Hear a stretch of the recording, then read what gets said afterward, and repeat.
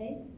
We are now on to reports and communications from directors, departments of finance, law, public safety, public service, and any other departments applicable. Mr. Kennedy, Department of Finance. Thank you, Vice Mayor. I just want to run over some numbers through yesterday, March 31st. Net revenue for the year, this year, for that first quarter, $4,591,655. Net expenses, $4,306,739. Our unexpended balance at the end of March, $6,264,525. For all funds, that was the general fund, I'm sorry, I should preface that. For all funds, our net revenue for the first quarter, $5,869,620. Net expenses, $5,260,203. So our unexpended balance for all funds, so it's this year $3,530,000. That includes today $3,532,228. Last year at this time, we had collected for the first week in April. April represents the March collections. That total last year, $3,598,603. So we're off by $66,000 comparing this year to last. It's declined at 2.4%. Again, that was primarily due to a refund that was issued in January. The collections in April, due to the filing date being in April, will be big for us. So we're looking for big receipts in the first week of May from the April collections. Last year in May, we collected $1,570,556. Other than that, we are working our way through the audit of 2023. We'll have the auditors, excuse me, on site, I believe the week of April 15th. Be happy to answer any questions. I'll get these printed reports out to everybody this week once we close the month of March. Thank you. Are there any questions for Mr. Kennedy?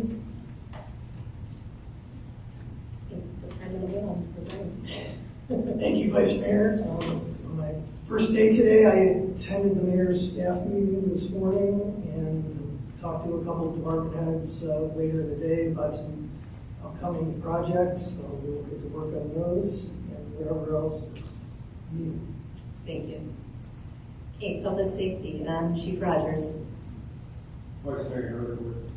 So actually, Chief Rogers, do you mind coming up to the podium? I have a question. Thank you.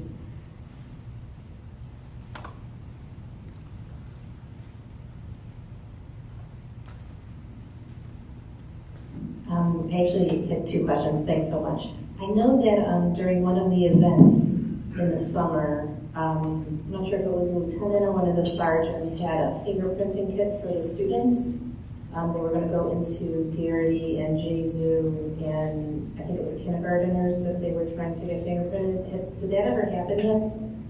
Yes, we've utilized those fingerprint kits for some time. We've been buying those as part of our inventory for Office of Community Police and Supplies that we utilize on a regular basis and interact with the public during various events. Okay, but they don't do, I know that we were talking that they were going to try to get together with Cleveland Heights and try to get into the elementary schools and actually make some kind of program where they would go into the kindergartens and have all the kindergarteners get fingerprinted. Was that ever discussed? I'd have to look into that further to get more specifics on that type of event. Again, the fingerprint kits we utilize for some time. Okay, thank you. Are there any other questions for Chief Rogers? Chief, is there plans in terms of what's going to happen Wednesday or Thursday, I'm sorry, at Lefties? Because the South Taylor is so congested to begin with. And since that's been announced that Watson will be there, there should be a rather large presence of people. Yes, we've coordinated in the process of coordinating with the owners of the property as well as Cleveland Heights to ensure any type of security needs will have resources detailed and obligated to that location. Okay, one other question, was there an issue on, just totally lost the stream? It's okay, I'll email you. Okay. Any other questions? Okay, thank you, Chief Rodriguez. Well, Okay, Fire Chief Burko?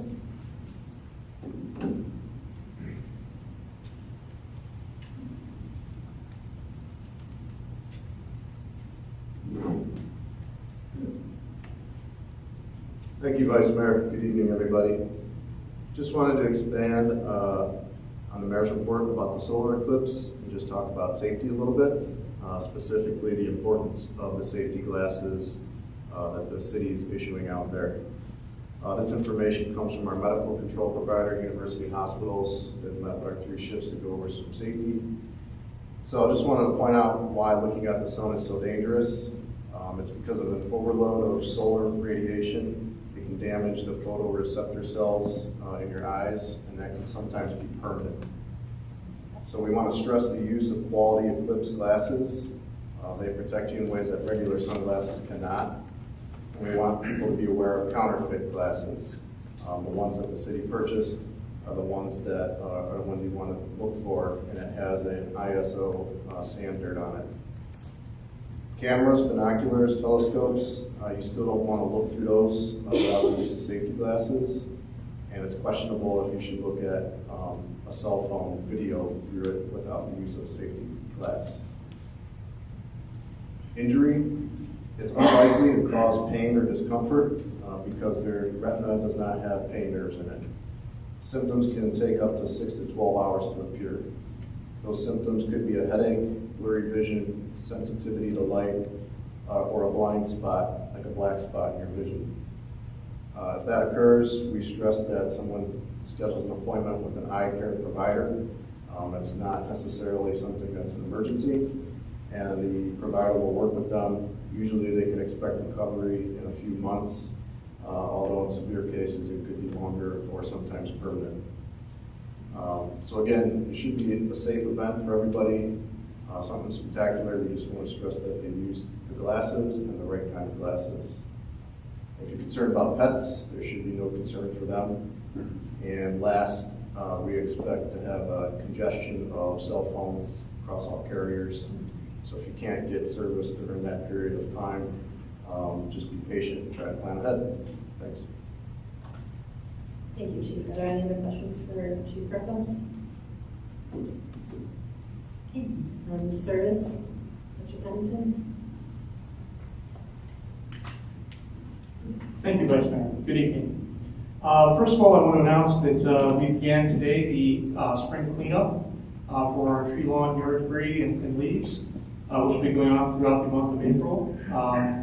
Just ask residents to place items on their tree lawn in regards to brush, leaves, that sort of thing, and we'll be around to collect that periodically. On another note, we are again this year performing a pre-Passover collection on Monday, April 22nd. We ask that residents have all non-kosher items bagged and out on their tree lawn before 7:30 a.m. We will do the collection between 7:30 a.m. and noon that day. So again, that will be similar to what we've done in previous years. And then the final item I want to bring up tonight is that we did roll out the opt-in for the recycling program. We did a soft rollout on Friday evening, March 22nd, and then began promoting it throughout the city this past week. As of 5:30 p.m. tonight, we've had 636 residents opt in to the program, with 8 officially filling out the special assistance forms, and 38 additional that have requested special assistance but have not yet turned in their special assistance forms. I made contact with each of these residents, asking them to follow up and fill out the special assistance form.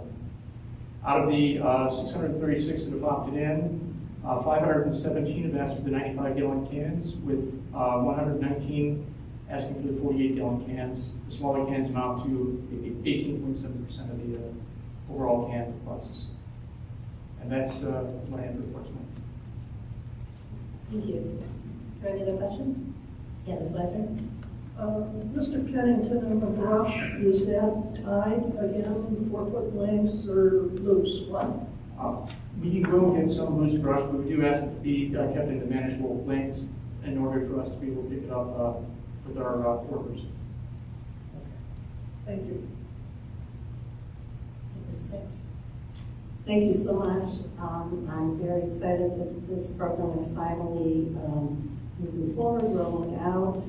Our household did fill out the application. We did not request assistance, but I did get a screenshot of what the questions were, because you have to kind of go to and, continue to go in. And it is concerning because we spent quite a bit of time at the last Service and Utilities Committee meeting really discussing about how to reduce or eliminate barriers to the greatest extent possible so that as many households could participate. One of those barriers being the need for assistance. There could be a variety of reasons why a household would need assistance. And the fact that we're asking for city government is asking for medical proof is concerning because it could be any type of thing that the person would need, medical, health, behavioral, and I worry that some people would then choose not to recycle because it's really none of the government's business for recycling purposes, and B, for those people who did submit for assistance but perhaps are being denied, the possibility that they would perceive it as being arbitrary or discriminatory. So I think I know you and I spoke about, and I believe in the meeting, asking the law director for guidance. Was that asked for? I've not had a chance to ask the law director, but in regards to the questionnaire, there are 3 ways to apply. One is being 75 years of age or older. 2 is being disabled, which we do have a notation on there that they can have a physician indicate they have a need, but not necessarily give us what that need is. And the 3rd is a line designated as other, which is where we would look at various requests that may not be within the purview of the other 2 categories and make a determination on those based upon the needs. Convenience, however, is not a need for special assistance, which I've only declined 1 person so far in the program asking for special assistance. It says that the information that's being uploaded is confidential. Who has access to that? Who is viewing that information? I have the access to that information. So you're making a unilateral decision? Yes. Okay.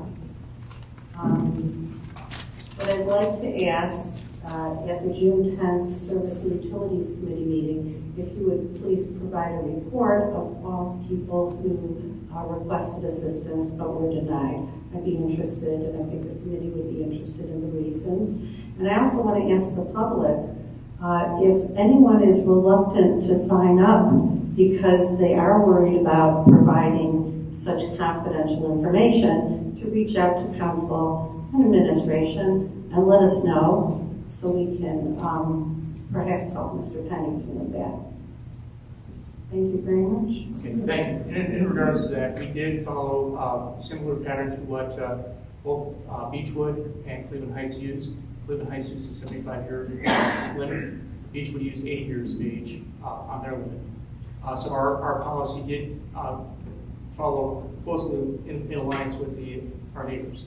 And, I think ageism is a discriminatory thing. I'm not sure why. I've worked with older adults my whole life. In fact, our agency, our older adult services program starts at 55.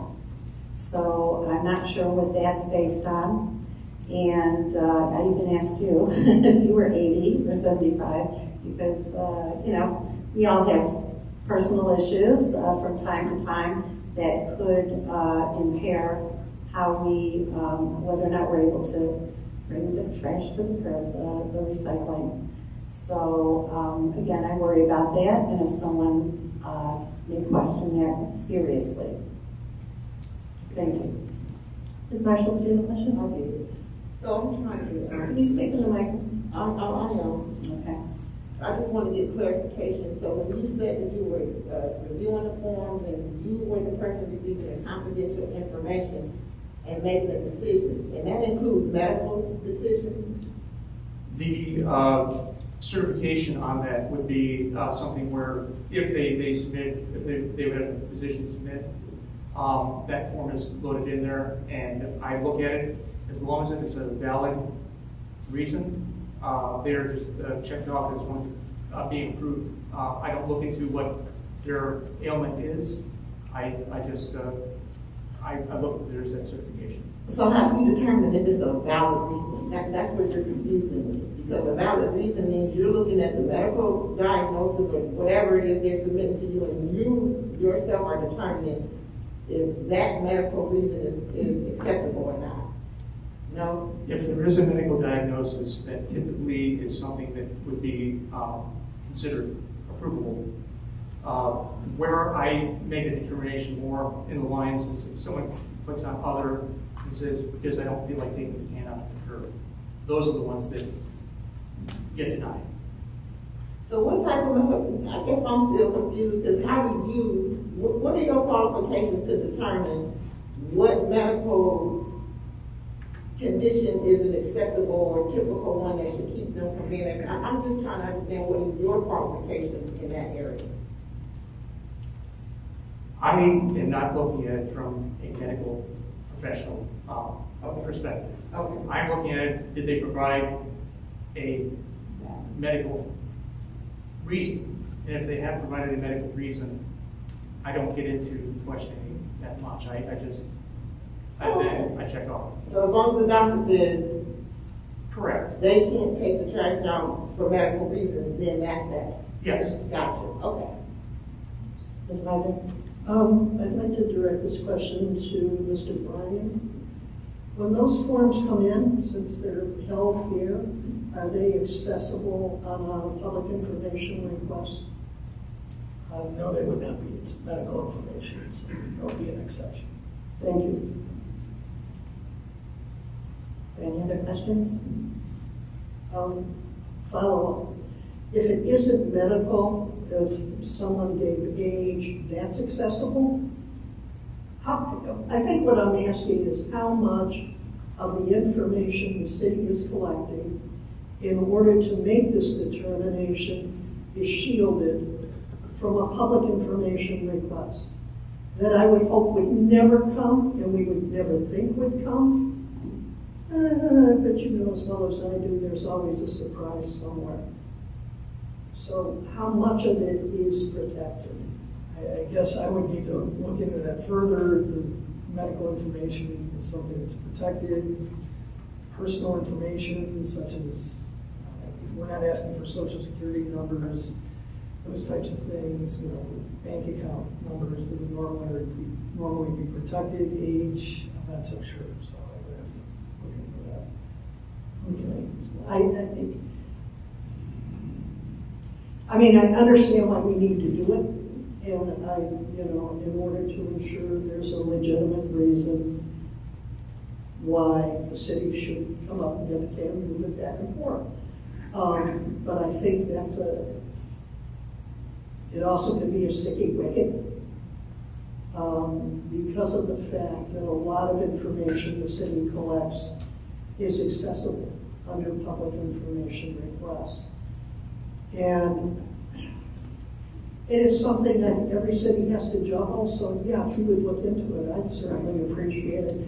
I think sometimes when we put parameters on things, we're unsure.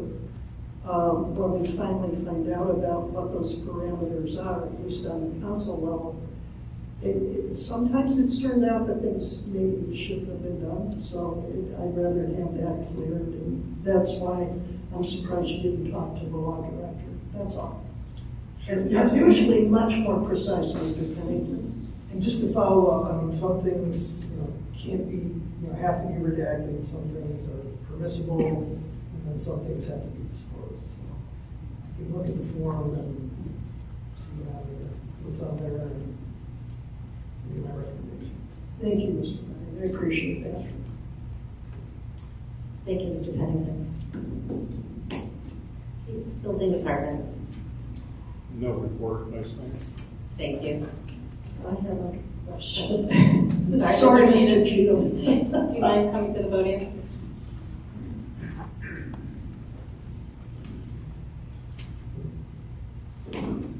And I know you're just back for, what, 2 weeks now, or a week and a half? 2 weeks. 2 weeks. So you might not have the answers to these questions. Lefties came in and got all its permits? Yes. Okay. Second thing, I understand there's some stuff hanging with the signs, that they had to go back to ARB. Has any of that happened yet? They submitted today their final signs, and we forwarded that to the board, and they have been discussing back and forth by email all day prior to the meeting coming up next week, their thoughts on the one side, so the ground side. Okay. One final question. You know this is something I've been following up on a consistent basis. Pizza Bogo, what's going on with them? Last week, they pulled some more plumbing permits and things, and I have been in contact with them, and they appear to be proceeding at a fairly normal rate, perhaps not quite as fast as some commercial jobs, but they are proceeding consistently. Okay. And one final question, only because of the mess with Family Dollar, for a lot of that work, there weren't permits pulled or anything in regards to that. Those ancillary things that are outside of Whole Foods, were permits pulled for those, or were permits even necessary? That was actually before my time, or during the time I was gone. Nothing, the only Whole Foods things that have happened since I've been back was they pulled a permit, or I take that back. They submitted plans which are under review for our fire alarm system last week. And so those are under review right now. There was nothing about, you talking about the little buildings up front? Yeah. Yeah. I saw those today when I drove down to Dunkin' Donuts. I did not remember seeing those when I was here before. So are those new then? Fairly new. They're, to my knowledge, I have not seen any indication that those submitted for permits are approvals, and by state law, those would require approvals. So I can look into that, yes. I'd appreciate it. Yeah. I know when we had the issue with Family Dollar, they had those smaller ones. They were smaller than the ones that are at Whole Foods. And I think when we finally got Dennis to go over there and really take a look, that was one of the things he listed had to be permitted, that wasn't permitted. Yeah. Of course, they did all the interior work without permits as well, so. So I did notice, I hit the brakes when I went by, and I did notice there were like electric panels on the outside Yeah. of them and everything. Has the fire been over there, Bob, at all, do you know? I'm not sure. I'm sure. Okay, I can talk to Andy and to Luke. Yeah, I'll talk to them. I'll be with Luke at the Lefties at 9 a.m. for the hood suppression. So we'll maybe stop and look into that. So, I greatly appreciate it. Thank you, Mr. no Cheatham. problem. Anybody else? Thank you. Housing, Mr. Engelhardt.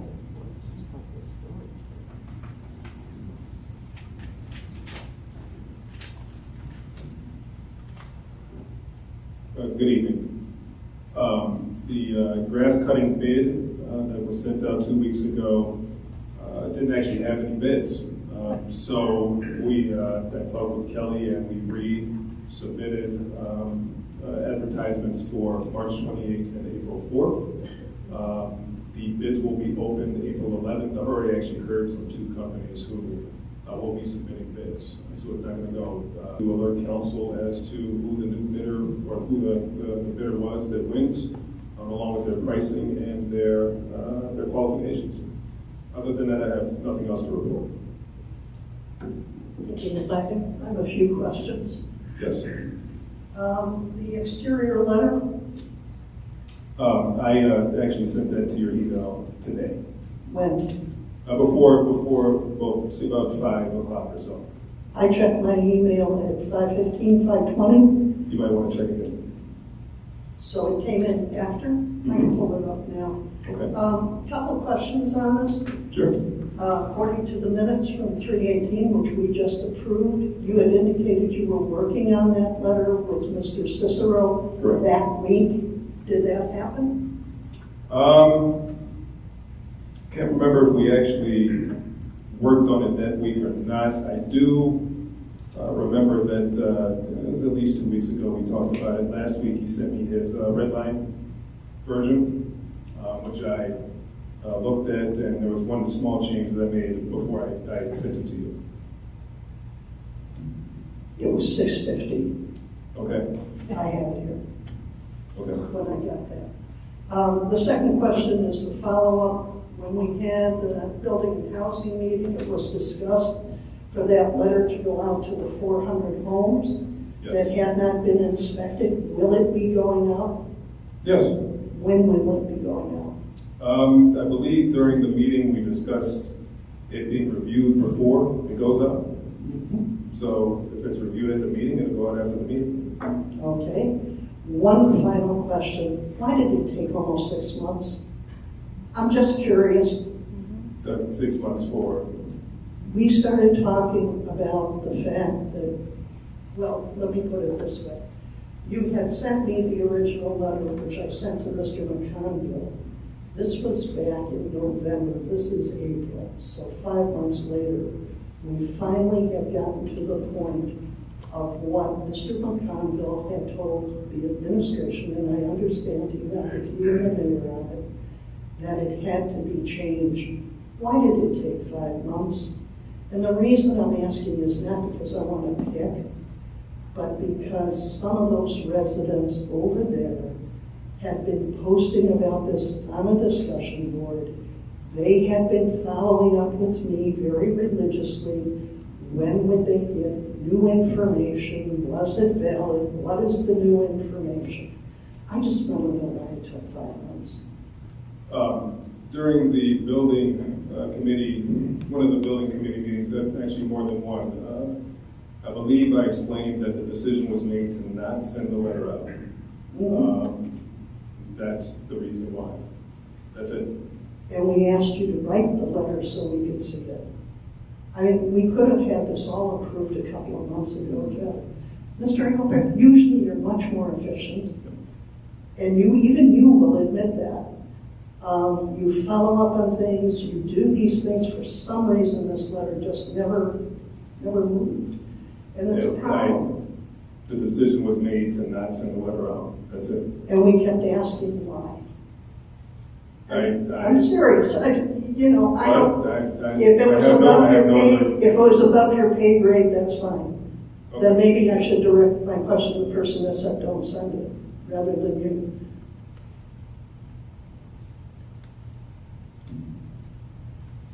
Were you aware the letter wasn't getting anywhere, Mayor? I'm fully aware that we initially did not send the letter, that we were going to work on this prospectively. This was a letter that we'd been using for quite a few years here at the city. And at the time, I was under the impression that most of the work had already been done and that sending a letter out would be confusing. Getting new information about how there were still a number of homes that had not yet been inspected and that there had been a fair amount of time that had gone by.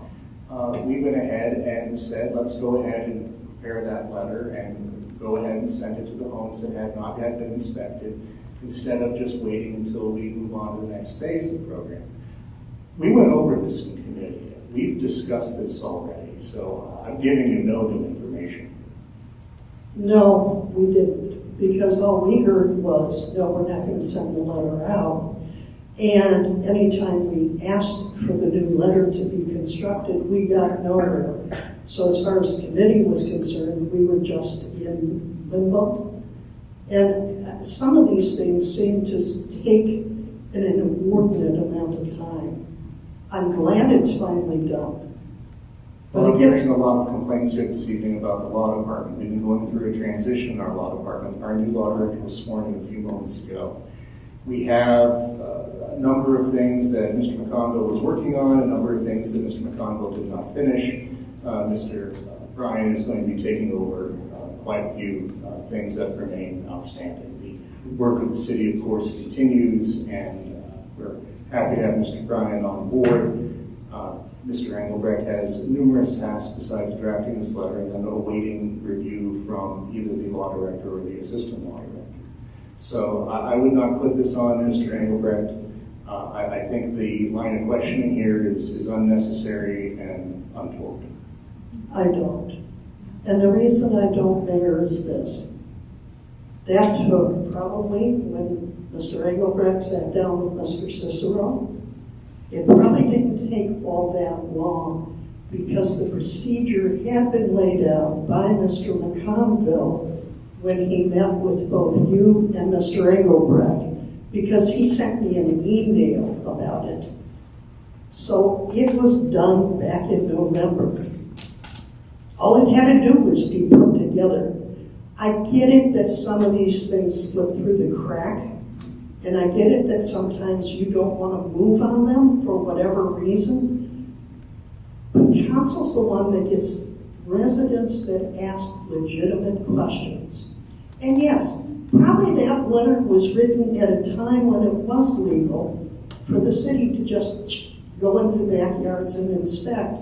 But you know as well as I do, Ohio law changes because there are court cases that come out. And we need to be sharper than that. We need to be able to tell our residents legal ways that we can do things so that we don't end up, because they find out people were posting the court cases in UH discussion. That's pretty bad when they post a court case and say the city of University Heights doesn't know what it's doing. It's an embarrassment to the city. Thank you, Mr. Engelbrecht. Ms. Marshall? I must have missed something. Leonard, you said that there was a lot of complaining about the law department. Can you tell me an example? Because I totally missed it. I think we're well off track here. This is supposed No, to be about housing I'm departments. simply asking you a question about what was I missed the complaint about the law department. Who was complaining about the law department? I missed it. I don't understand your question. That you said that today we have had a lot of complaints, we're hearing a lot of complaints about the law department.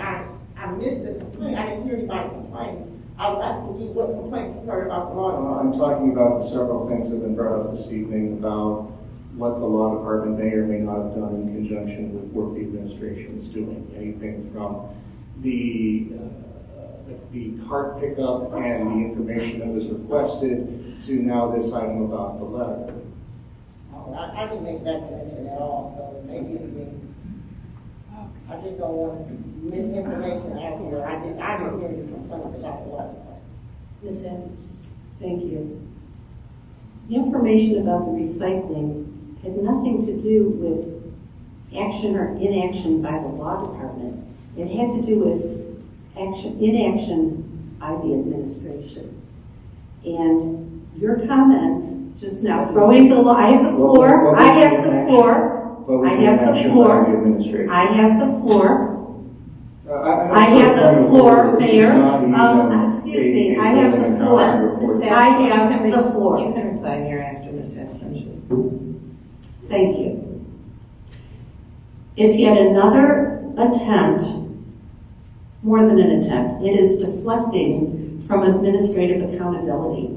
All I did, I had spoken to Mr. Pennington directly, and we talked about the importance of him speaking with you, with the law director, before making such a decision for the reason I stated publicly in the committee meeting and again publicly now, that the last thing we want is for someone to perceive an injustice that they could not get their recycling at the backyard because of a perceived discriminatory decision or something like that. And so that had nothing to do with the law director not taking an action. That's what I meant. I hope that's clear. Thank you. Mayor, did you want to say? No. Okay, we're up to the city engineer.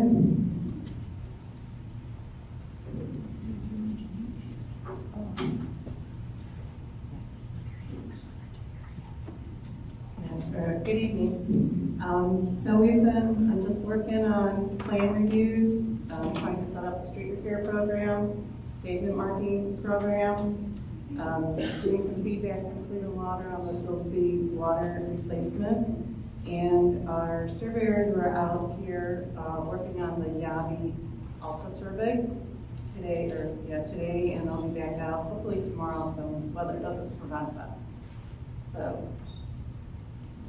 Thank you. Any questions? Yes. Ms. Sachs? Thank you. It is a pleasure to welcome you. I appreciated our discussion. We look forward to you presenting at the June 10th Service and Utilities Committee meeting at 6 o'clock regarding the street repair program and whatever else you would like to help us understand better. It is something very near and dear to residents to know your and the administration's plan to move forward with street and curb repairs. And we spoke also about oftentimes there are more intensive needs on certain streets. So to learn more and to understand better what to expect. Thank you very much. Thank you. Okay, we're on to communications.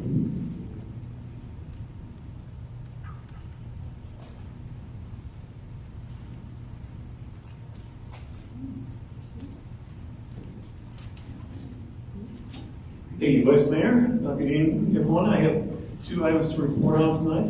As the mayor mentioned earlier, the state of the city is April 11th at the library. Come for the mayor's speech, stay for the announcement of the summer concert series through our annual hype video. We also have announcements on performers at Fall Fest and some, if not all, of performers at the upcoming Juneteenth celebration.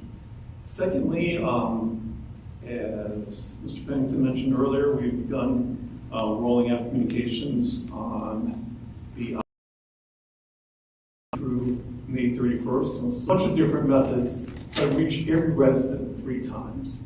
And the strategy there is if they reach 3 times, they've known about it and they can choose to opt in, they can choose, obviously, not to opt in. So that's what our goal is. And I think through Mosaic, through social media, through emails, through the website, through the postcards that will happen, city events, and even some other ways that perhaps we haven't thought of yet. A lot of things happen between now and the end of May. And we'll get that message out to residents and they can decide if the program is something that they want to participate in at this time. What I want to avoid is I don't want anyone waking up June 1st or waking up in the fall when everyone on the street has a card.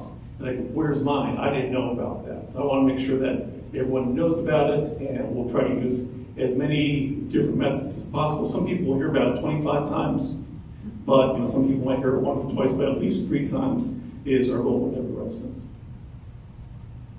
Thank you. Ms. Sachs? Thank you. I am so glad to hear that. My husband kept saying, how are people supposed to hear about it? How are people supposed to know? Now, I had told him, so he signed up for our household, but he's still waiting to see. So does the Mosaic go to every single household? Yes, it does. Okay, so that's great. That's at least, Right. So that's one. Everybody. That's one. Wonderful. Okay, I'm looking forward to hearing about that, and hopefully not hearing that people didn't hear about it. I do have a question about the recycling rollout at 344 today that I got. So I noticed, scrolling down to the bottom looked great, but scrolling to the bottom, there was a picture of 3 carts. There were 2 different sized blue carts, and then a big green cart. Could you tell me what the big green cart is? Honestly, it's just the part that I put in. So you're right. That's, okay, because we don't want to, we want to manage expectations. Yes, very good. Okay. Yeah, Now, I was please actually- be careful because recycling is so confusing to people. Yeah. If we're talking about the same picture, I think that was almost going to go up on the website, then took a good hard look at it.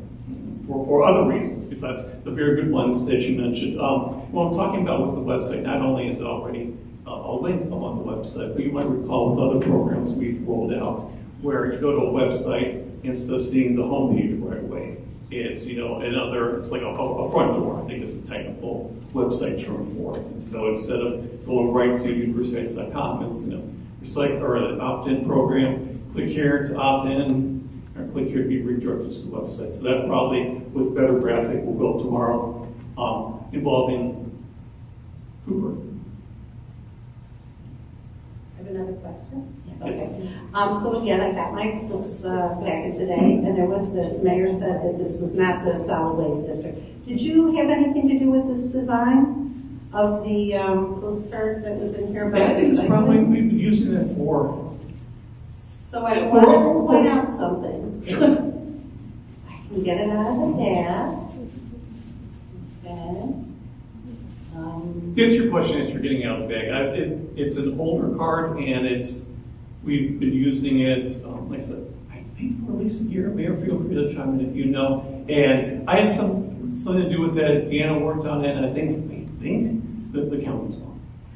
So the first thing I see is 24-hour drop-off recycling. If that isn't confusing, I don't know what is. Okay, so just please, make sure the message is what we're doing, and perhaps it refers to cardboard or something else, but it's not our program, right? It's okay.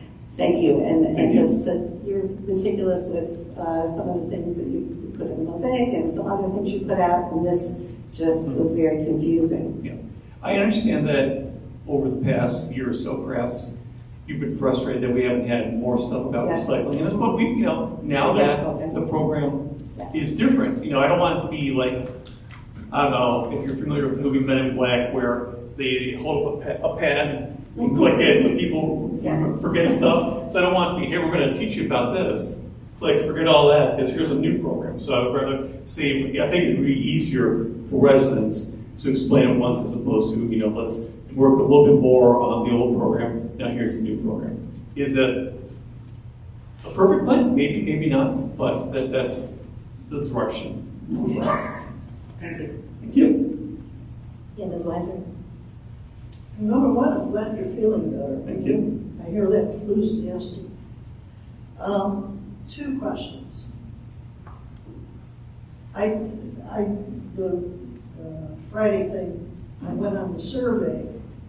Who designed that survey? I'm sorry, which survey, please? It was a survey about recreation. There was a link to a survey. Mm-hmm. That was, let's see, mostly Dan Bremer Fisher. I had seen drafts. I don't know if the interns worked on that as well. I believe Councilman Cooney may have seen that. I know there are a couple different rec surveys. Yeah, we actually discussed that recreation meeting. That was discussed in the last recreation meeting. That's the meeting I got notification of like the day before it happened, and unfortunately I had something booked. I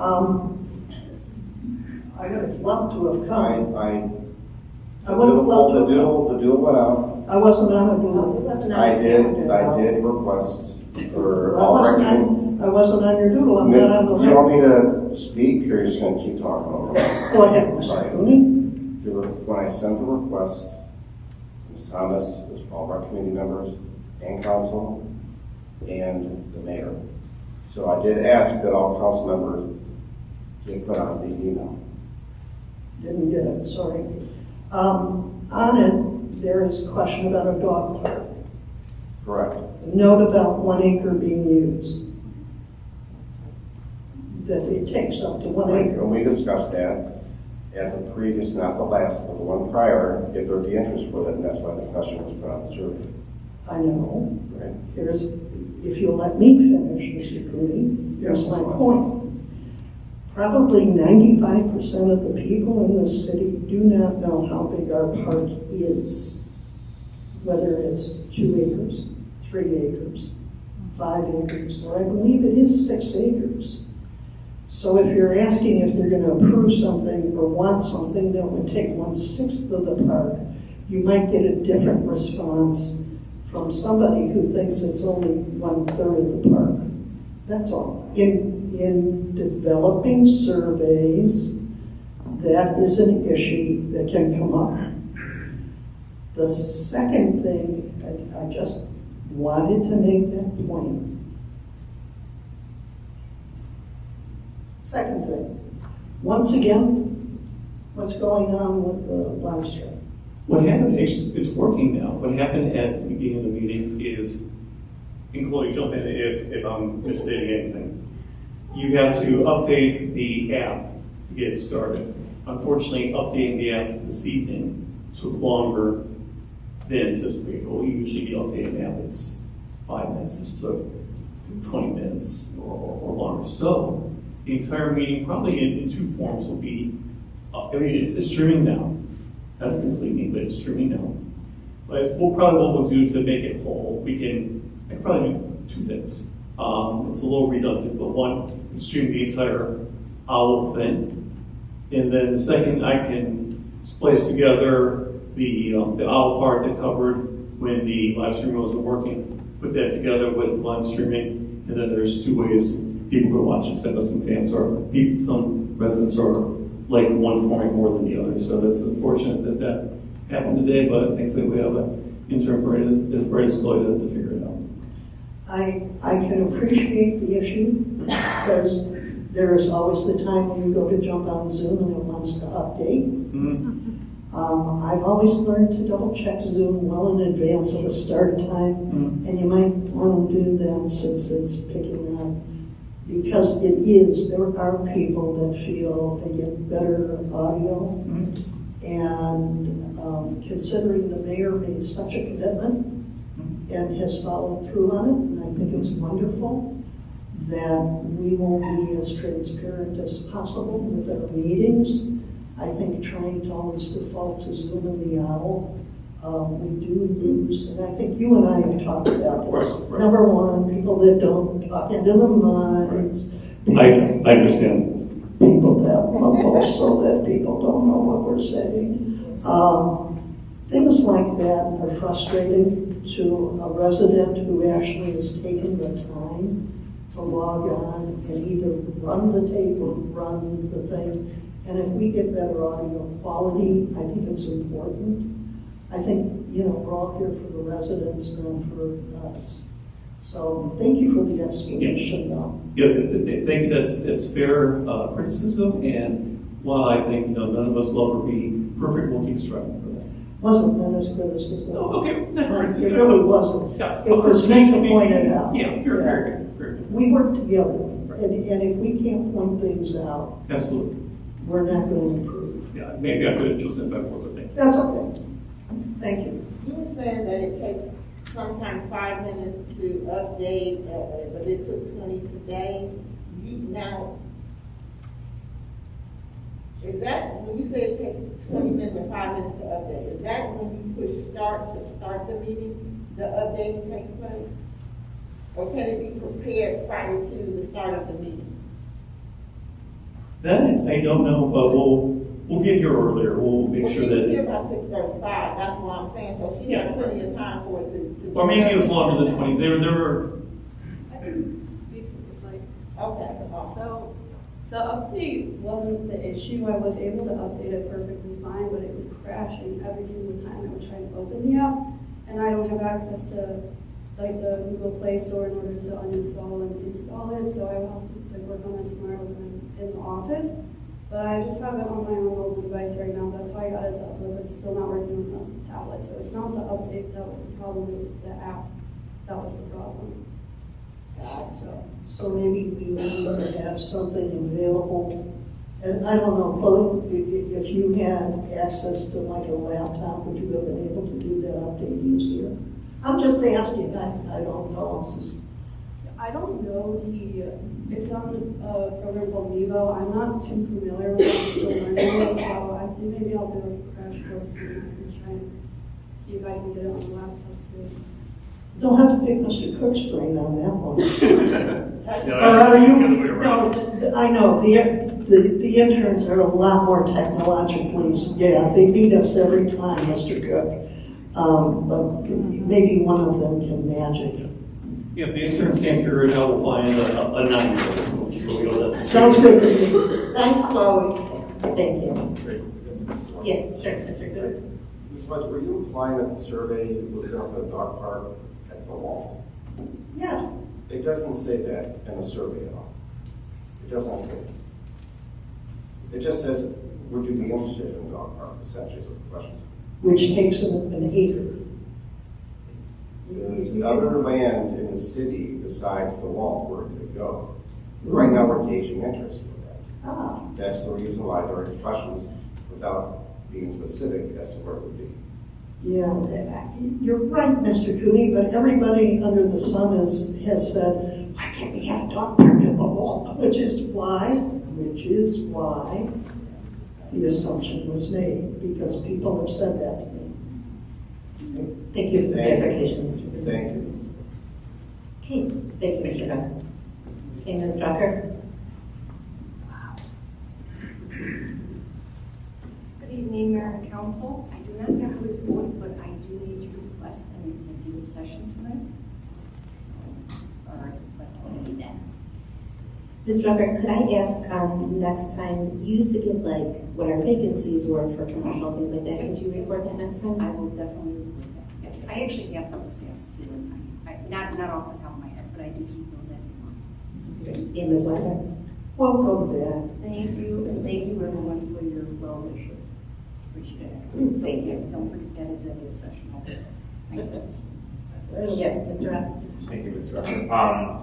Zone Code, do you know what our next steps are and when they're going to be re-engaged so we can get a committee meeting started? Yes, actually, we were in contact today. So they said in the next couple weeks, they should be giving me some materials because how we discussed the Warrensville project, they're talking about doing the districts, and then their timeline would be for by the end of summer to have a full ready for a full administrative review. But they'll be giving me materials so that to start handing out ahead of time. Okay. And then, but yeah, they said in probably the next 2 to 3 weeks, they should be sending me some information. So let me ask you, and maybe this is a question you ask them, whether it's your preference, their preference, but at some point, when should we engage the committee to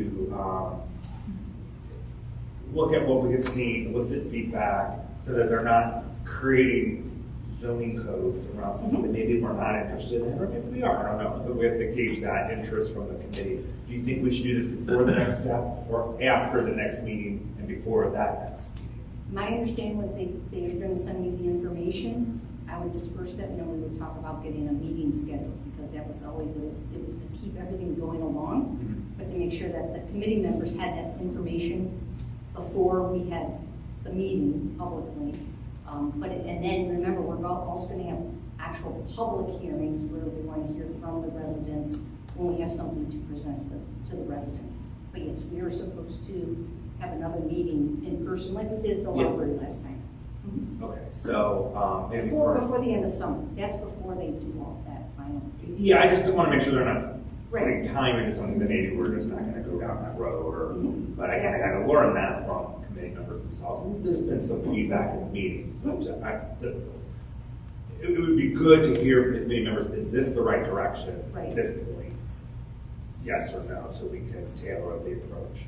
And I think the last 2 meetings we've had, it's been really good dialogue good, yeah. for the folks that have come to the meetings, even if somebody's not on the committee, because it's been a smaller group, everybody has a chance to speak up. So there has been some really good dialogue. So we want to keep that going. Thank you. Now go to the main agenda. Agenda letter A is ordinance 2024-15, providing Cuyahoga County consent to construct the resurfacing of Warrensville Center Road from Fairmount to Cedar and University Heights and declaring an emergency on first reading. I know we have Mr. Mack, an engineer from the county here. I'm not sure, Mayor, if you want to introduce this? Yes, Eric Mack is here. He is from the Cuyahoga County Department of Public Works. He is the Chief Planning and Programming Engineer in the county. He is also a University Heights resident, so delighted that he happens to be the one that's presenting this evening. He has brought a presentation this evening. He is, I think the laptop went to sleep in the room, but it looks like it's back up now. And with that, I would say that we don't necessarily have to pass this evening if you don't have all your questions answered, but not to take away from Mr. Mack's presentation, but to keep things on track, we will want to pass something shortly, by the beginning of May. So it's my hope that this presentation will answer your questions, and we can either take this up on emergency this evening or take it up at the next council meeting. So without further ado, Mr. Mack. Hi, everybody. Thank you for having me. So tonight's presentation, I wanted to talk to you about, the county has several different funding sources for roadway projects. This particular road received NOACA federal aid. So NOACA puts together like a list of projects based upon the pavement condition rating as well as the average daily traffic, or the ADT. And once they have their list, they then finalize it and they allocate funds to that list. So the county participates annually in this, and we have about 10 projects ongoing every year in one phase or another. And so how this program typically works is that the federal participation is like 80%, and then the local match, which is 20%, then gets split 10% from the community, and then 10% from the county. That's how we typically do it. And how this happened was NOACA funded not only the University Heights, but also South Euclid. So the stretch of the project goes from Fairmount all the way up to Mayfield. And so when there's multiple cities involved, they ask us to oversee that, to then assist. And so I talked about the construction of that 80-20 split. And then the design, we typically handle 60%, and then each city has the remaining 40%. So, as I said, this is a resurfacing project, and through the course of the design, we can figure out what the final lane configuration is, and like what the striping pattern is. I know we had a resident talk about wanting narrower lanes and that kind of thing. That's all on the table, and that's part of the design process. So we're trying to get to that design process, and I'll have some more slides here. We have nearly 20,000 cars a day out on that stretch, and the pavement condition rating is fair to poor. And according to our numbers, it was that it was last rehabbed in like 2001 and then 2007. Typically, we like to resurface roads every 10 to 15 years. It's 2.3 miles, and it's in 2 different county council districts, 10 and 11. Here is the funding breakdown. These are approximate costs based off of the federal contributions. So South Euclid's at the top, and then University Heights is at the bottom. And so We have federally, they've given us $3 million. So that is 80% of 3.75 million. So that's how we got to 3.75. And then, like I said earlier, we would split with the city the additional fund of, so like 10%. So each would have 375,000. The design, which is approximately 5% of the construction, is 187,000. That would be split 60-40. And then during construction, after we have awarded to some contractor, we then monitor the construction, and we have in-house staff that handles it, and they would be working out there every day, and we would split that 50-50, and that's typically how we do things. So a grand total, the project is going to cost the city about $543,000, and it's going to cost the county $581,000. So with that cost, there's also potentially this fall, there is another grant that we can pursue through the OPWC, which is the Ohio Public Works Fund, and we can chase additional funds to help cover that local percent.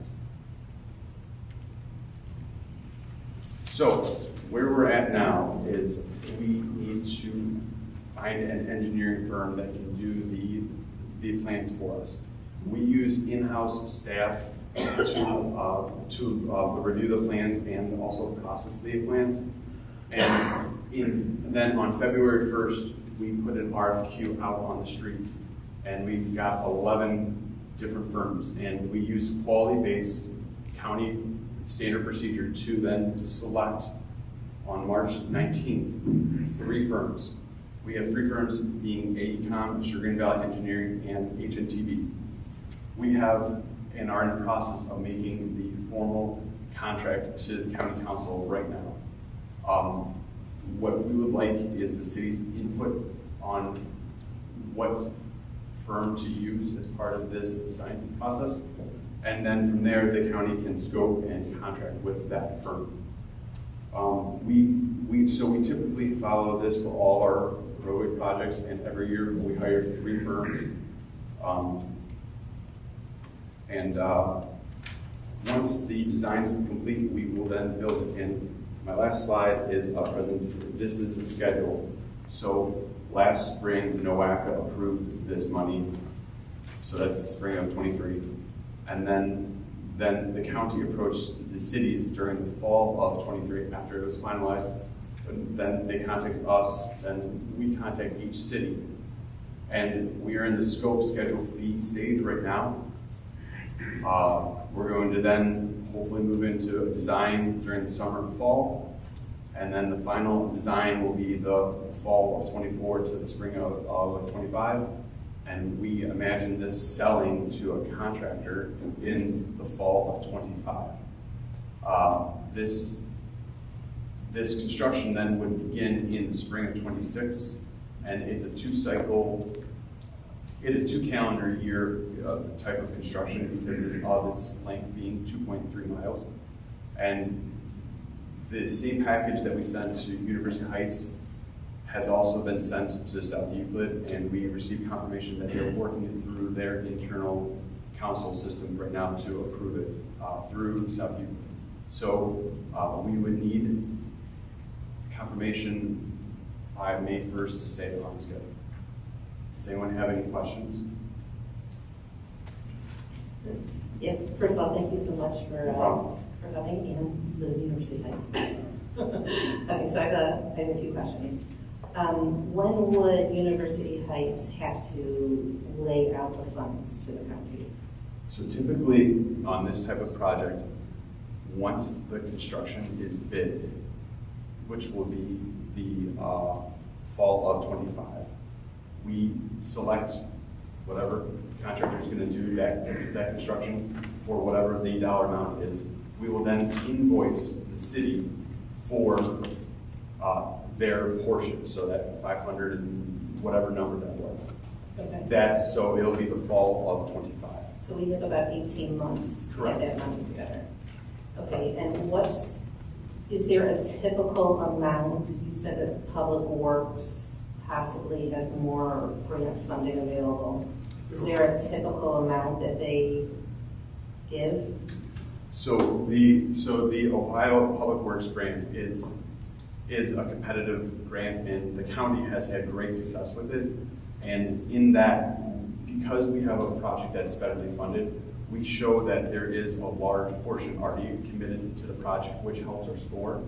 So we would most likely chase the 20% remaining that could cover our share as well as each city's share as part of that. So in essence, we could walk away with just several $100,000 going each possibly, greatly reducing that number down from $500,000. So you're saying it could be 20%?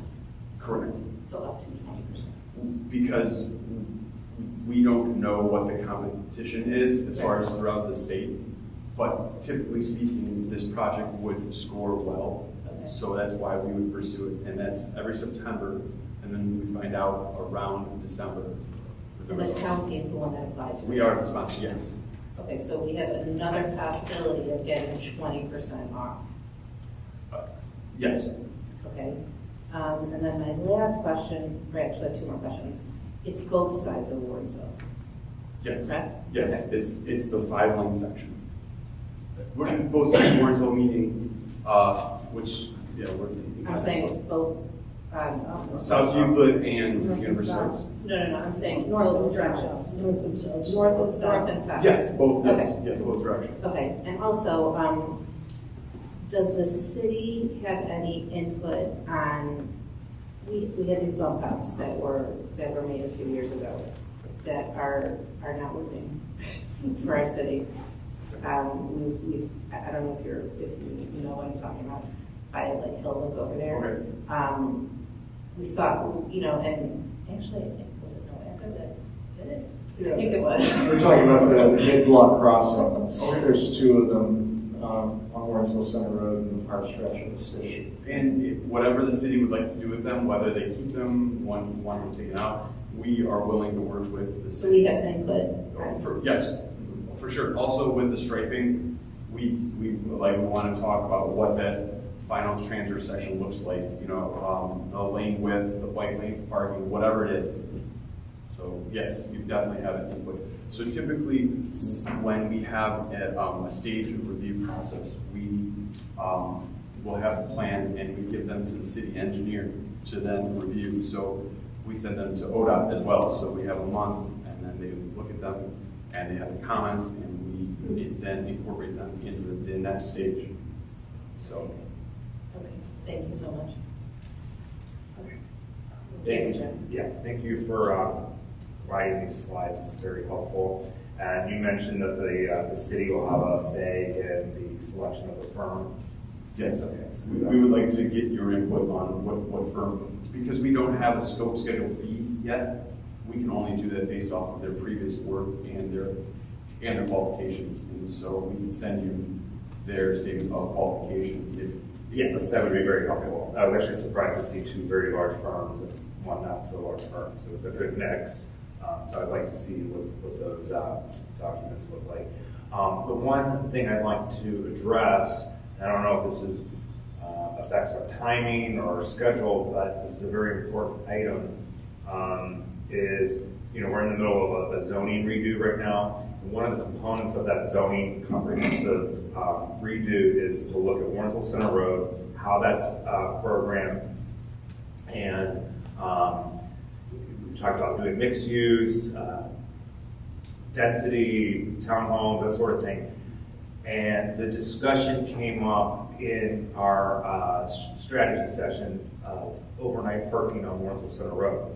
So if that's something that we're going to consider, again, these were just discussions, first blush. As you heard, we're going to have another meeting in the summer, and I don't see this completing until maybe the end of the year. How would that sort of thing impact the schedule? Because there are things that we need to figure out internally here. Whether we do on-street parking overnight, versus not doing that. So looking at what, because it sounds like you don't have a scope yet, a full design scope. I guess, would the engineer be engaged in that as a programming item, or how? Is it a master plan first? It sounds like that's more of a city has to figure out what they want to do and how they want the lane configuration to look, and whether it's parking or bike lanes or whatever. Once you tell us, we can incorporate that into the plans. So we're going to sell this the fall of 25. So we have about 18 months to figure out. Is that enough time for you in the city? Well, 18 months seems like a good amount of time, but when I see here that the design will begin this fall, I have just a little bit of concern about that because, you know, there's conversation here, do we do a road diet, bring those curbs in? Okay, but then what happens if we decide to do on-street parking and we spend all this money on curbs and have to move it back? So I want to make sure we get it done right. This is a really important project. It's a very expensive project. And so I guess when do you need to have from the city an answer of what those lanes would look like? I would say ahead of the final design. So I would say the winter of 25. We would need to know what the final lane configuration is, because that's during the final design process. So in the final design, so winter of 25 is right the final. Okay. Yeah. So like probably somewhere in that range, because we're talking about striping. Yeah. This is a resurfacing project, so we're going to resurface from curb to curb, kind of, and leave the curbs there. So it's going to be whatever the paint on the pavement looks like for what you want within that area. Sure. Okay, so you're thinking, you know, January, February 25. It's ambitious. Okay. But we can make adjustments, because again, if it's not getting into curb bump outs, it's just paint put on pavement. The paint's fine. I get that. Just curbs are expensive. So if the strategy is to bring the curbs in, and then at the end of our zoning meeting, we decide we want overnight parking, we got to bring it back out, that's going to be a headache. So I want to make sure we just get it done right. So it sounds like we'll have some more engagement meetings for summer, so we can get our act together. But okay, so now we know early winter 25. Yes. Okay. Ms. Weiser? I know years ago, part of it was grant, part of it was loan. Is the county thinking this would come as a grant or a loan? In regards to What potentially we might get from Optum? We typically do not take a loan from the OPWC, because it's not fiscally responsible to take a loan out on a road, because it's going to need repair within 10 to 15 years. And you're paying back the loan, and by the time you get done paying it back, you have to redo it. We would do it possibly on structure, like a bridge, like something more expensive, larger. So this would be a grant. A grant? Yes. Good. I just wanted to clarify that, because I know they have two different programs. For sure. They run through. Yeah. Okay. And we do not typically do the loan. And Mr. King? Thank you, Vice Mayor. With part of the construction being in University Heights and the other being in South Euclid, do you foresee, and lasting over a couple of years, do you foresee the construction on one side happening 1 year and then construction on the other side the other year? Because we don't have plans yet, but seeing the layout of the project, I would say that yes, probably Cedar Road will years. I don't know which committee would go first. That's what the engineers will figure out as part of the design, and then also what the maintenance of traffic will look like. Well, obviously, because there's 20,000 cars, we have to keep lanes open during construction, so traffic will probably be pushed to one side while the other one's under construction, and then flip it, most likely. So could that potentially impact when we have to spend the funds, or would we be locked in at that award? So the federal money is like slated at It doesn't matter how long the project takes, we just have to start the fall of 25. And that starts the project, and then we can take 3 years or 4 years. We don't want to because we won't finish as quickly as humanly possible.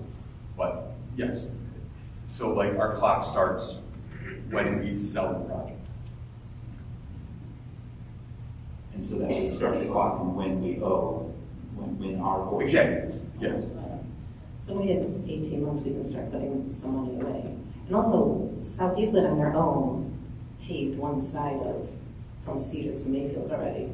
That was Cleveland Heights. Oh, Cleveland. Did that piece. Cleveland Heights. Completely independent, yeah, so. So that helps us a little bit in terms of traffic.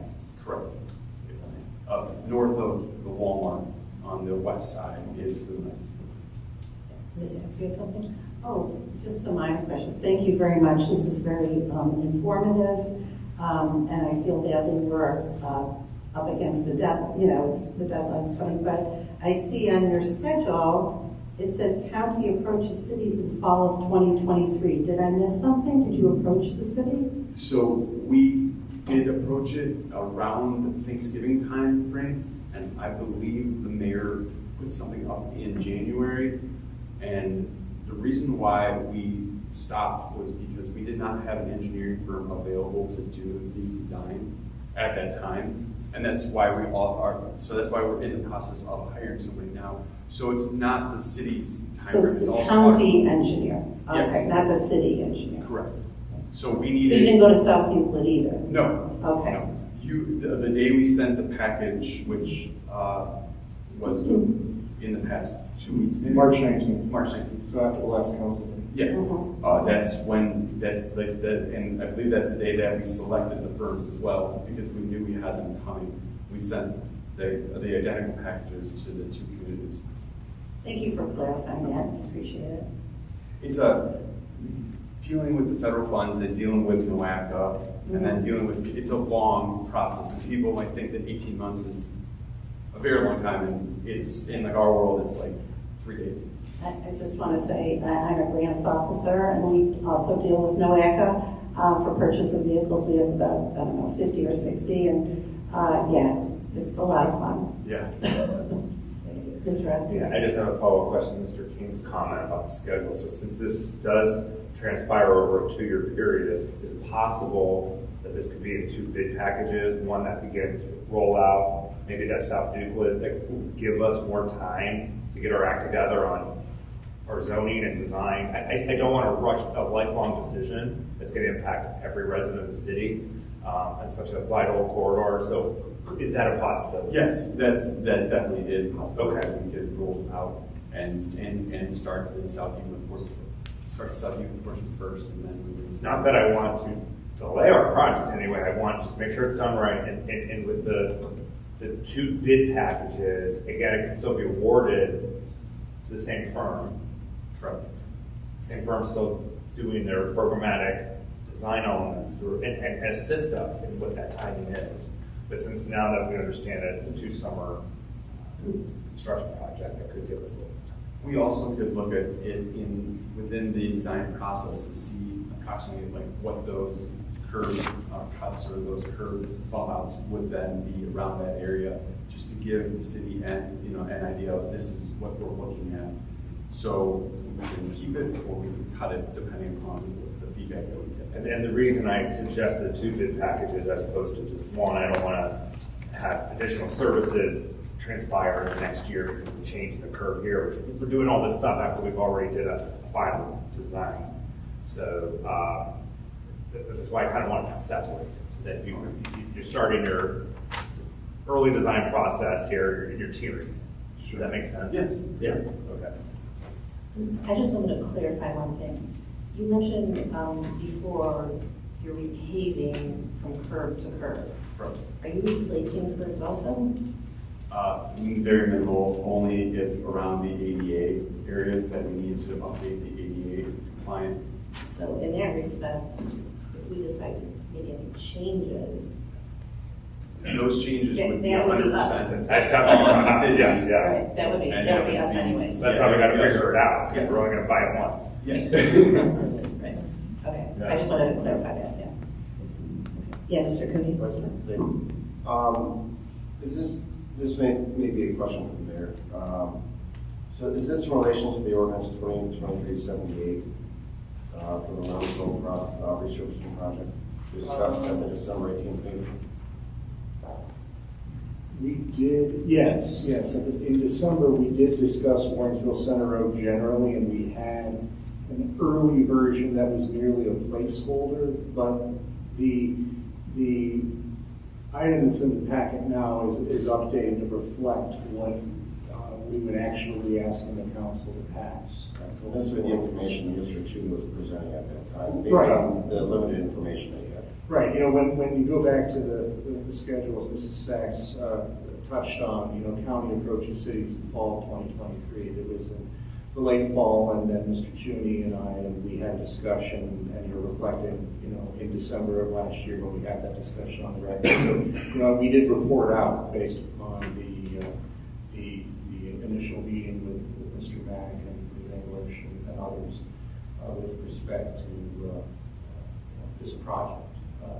And getting back to what Mr. Mack is saying and what Mr. Rock and Mrs. Weiss have also touched on, if we're moving or replacing curbs, that's going to be the city's cost, and it will greatly expand this project. If what we can accomplish can be done with paint, then that is the ideal here for purposes of this timeline, the design, and the funds that have been provided here for this project. It's already a significant project, and I think recalling the traffic calming study that GPD conducted last year with regard to Warrensville Center Road, and recalling also that the work that we are all doing together with regard to the zoning, it would seem that we would want to make our efforts at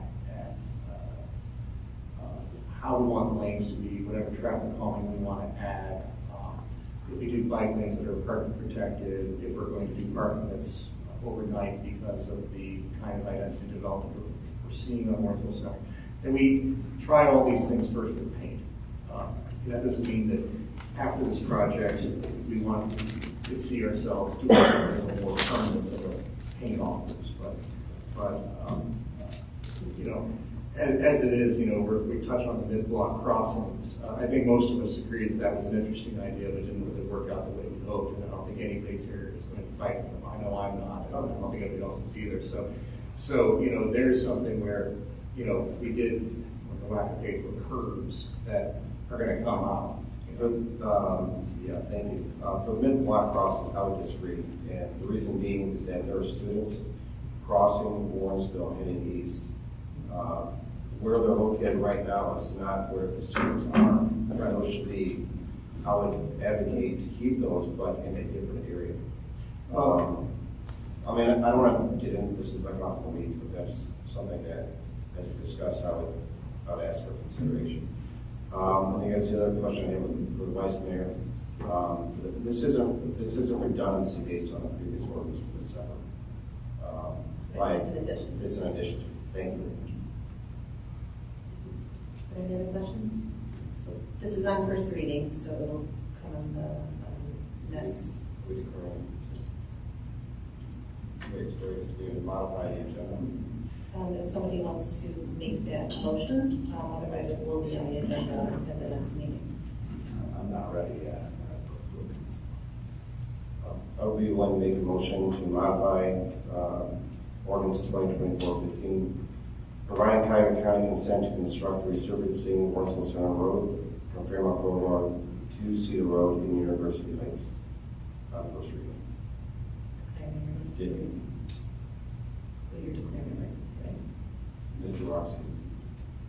I thought we were just doing our first reading. I'm not ready to pass this. Me personally, I don't want to. If this doesn't impact, we have to provide an answer by May 1st. May 1st. If there's any additional information, I'm comfortable waiting until the next council meeting. If the other council members feel differently, I'll be willing to move forward on emergency. I guess that, well, I'm asking for that. I'm doing something I shouldn't do. Do you want it to move forward today? Or do you want to wait? 'Cause Well, if they- with the design processes, we're gonna have input on that, so I'm comfortable giving consent to proceed. To proceed with the county, because we're gonna have input on the design process. So it's up to you if you want to I- have it I- on I emergency rescind. tonight, or we can do it at the next meeting on second. I rescind my request. Thank you. If I may. Yes. Yes. Whether you proceed with that or don't, maybe we can ask Mr. Ron. It sounds like you wanted to wait, there may be things you want to research or get more information on. Maybe, I don't know if these are things that Mr. Mack can provide or the county can provide. The design elements, I think, are way off into the future. I mean, not way off, but obviously they don't need to be determined before we would pass this, whether it's today or 2 weeks from now. So if there's something that, I guess I was wanting to know more about what it was you were looking for that would help you for next time. To clarify that when I receive this agenda, it said first reading, and the way I prepare myself for these meetings is if it's first reading or second reading or on emergency, I prepare myself in such a way. And so I prepared myself for first reading and not for final passage at this point. It's not to slow this down, I just want to dig deeper to make sure this is a very expensive proposition and need to be prepared. Yeah, thank you. I just, we have time to have a second reading and to take this up next time. That keeps us on schedule, right, Mr. Chairman? When's next, council? 2 weeks from now. 2 weeks. And Mr. Mack, if we have to get in touch with you, if we have any other clarifying questions, can we get your information from Sure, here? I've got cards and I. Okay. Thank you so much. And I'm going to send the statement of qualification packages for those 3 firms to the mayor. If you could send them to me or to Mrs. Thomas, we have my email, so you can send them. Okay. Right, sounds good. Thank you so much. I was saying, Yes, if those qualification packets come in, can you get them out to us at least a week? When would they be coming? Tomorrow. Tomorrow? Could you get them out like a week in advance of the meeting? Because that stuff to plow through is gonna take time. I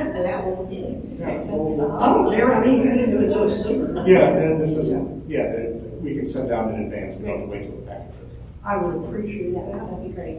Sure. Thank you. Okay, it was on first reading. And now on to agenda B.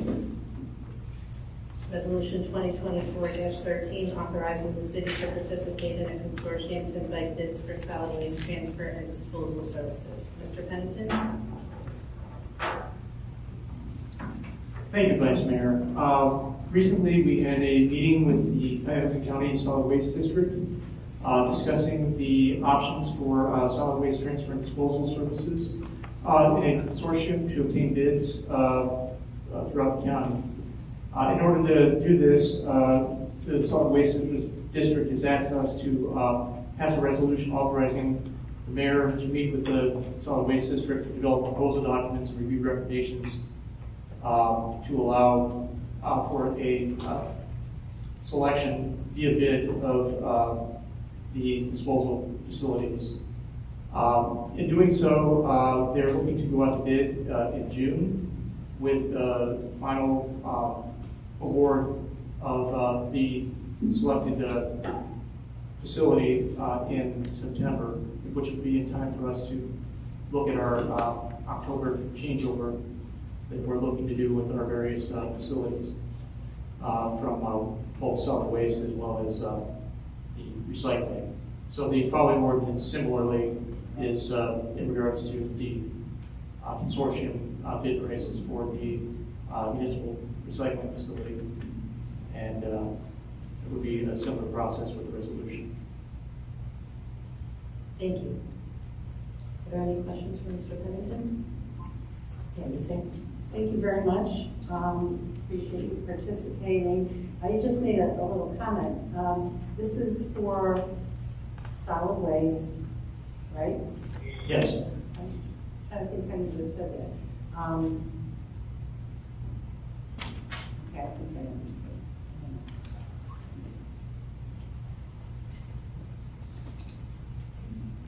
Are there any other questions? Yeah. Ms. Weiser? How many communities are participating? I'm not sure of the exact number, but it's a good amount of county communities. Mayor, do you recall how many? It's somewhere between 12 and 18. Historically, I don't know of anybody that's dropping out or jumping on, but it's around there.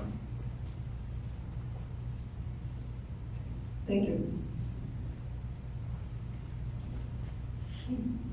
Is there a motion to pass resolution 2024-13? So moved. Okay, I'll make a second. Is there any discussion? Mrs. Thomas, will you call the roll? Mr. King? Aye. Mrs. Sacks? Aye. Mr. Cooney? Aye. Mrs. Wise? Aye. Mr. Rod? Aye. Ms. Marshall? Aye. Ms. Weiser? Aye. Resolution 2024-13 passes. Resolution 2024-14, authorizing the city to participate in a consortium to invite bids for recycling processing services. Mr. Pennington just mentioned this is also an invitation for bids. Yes, it is. This is a similar process to the solid waste. We're dealing with the solid waste district. Again, the same number of communities will be participating, and we'll be looking at the municipal recycling facility, which will ultimately determine the items that are available for recycling for us once we roll out the new program. Do you anticipate this to be a different? Until we see the bid, we don't know whether it be Kimball or one of the other suppliers, Waste Management, one of the others. There will be it's a bid process, so they will all have the opportunity to bid. Are there any questions? Is there a motion? Sorry, Ms. Weiser? So, information we might be sending out on recycling now might not necessarily be valid when these bids come out. What we're sending out now is in regards to what we currently, obviously, what's in the Right. packets that went out with the glasses. We told everybody to stay tuned on the items that will be included in the recycling when we do the rollout with the new carts. Educational materials will go out with those carts in regards to the items that will be recycled as part of that program when we roll that out this fall. And we should know who the bidder is before that. We'll know by sometime in September, yes. Sometime when? September, we should have everything. So this will be in place. resolved by September? Yes. Okay, thank you. Are there any other questions? Is there a motion? So moved. Okay, is there a second? I'll second. Second by Ms. Marshall. Ms. Thomas, will you call the roll? Mr. King? Aye. Mrs. Sacks? Aye. Mr. Cooney? Aye. Mrs. Wise? Aye. Mr. Rod? Aye. Ms. Marshall? Aye. Ms. Weiser? Okay, that resolution passes. Agenda item D, ordinance 2024-16, authorizing Wallace Pancher Group Incorporated to perform design, engineering, and construction administration work in connection with the City 2024 Street Repair Program and declaring an emergency on emergency. Will the city engineer come to the podium just in case there's any questions? So I had actually a few questions that I called the city engineer about. So we have a few issues with this ordinance. Number one is our current professional service ordinance has a threshold of $50,000. And anything above that needs to go out for bid. The issue we have now is timing, number one. That timing is due to a late budget submission. That is the biggest issue right now. If we had the budget earlier, we would not have come into this problem.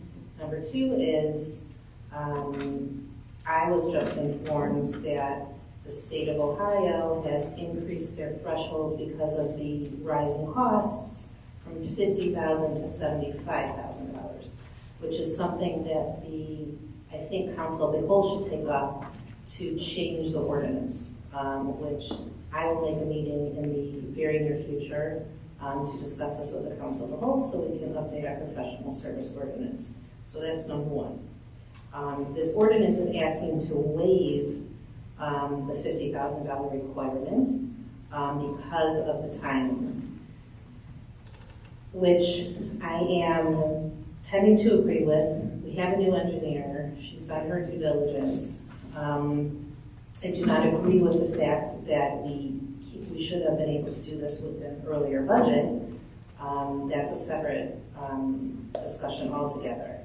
The second issue that we have with this is that the entire project is way over our budgeted street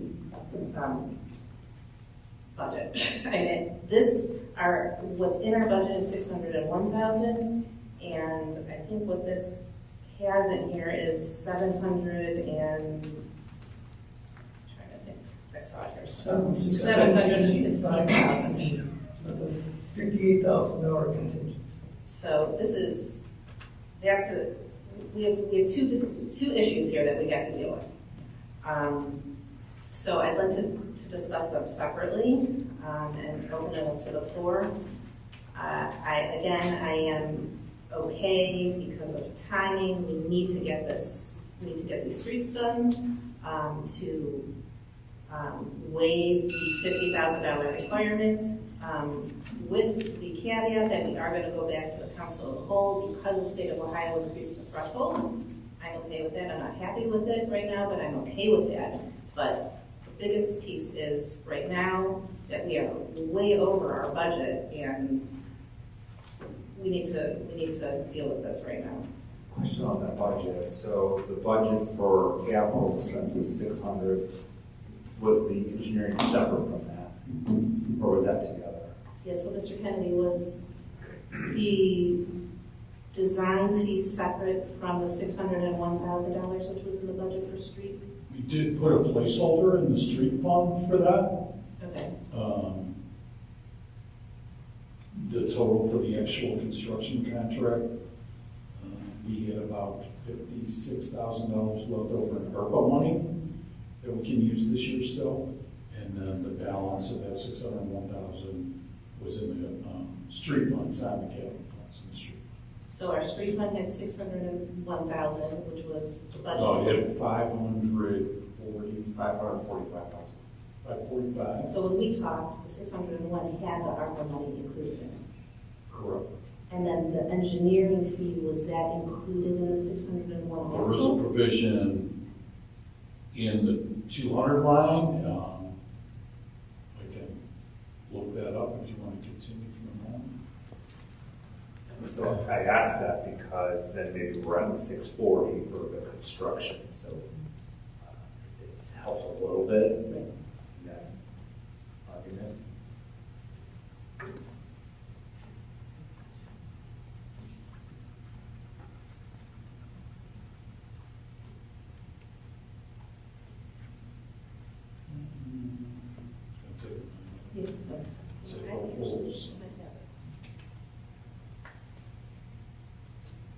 Because I know we changed some of the placeholders for the engineering. Yeah. After the first discussion about the budget.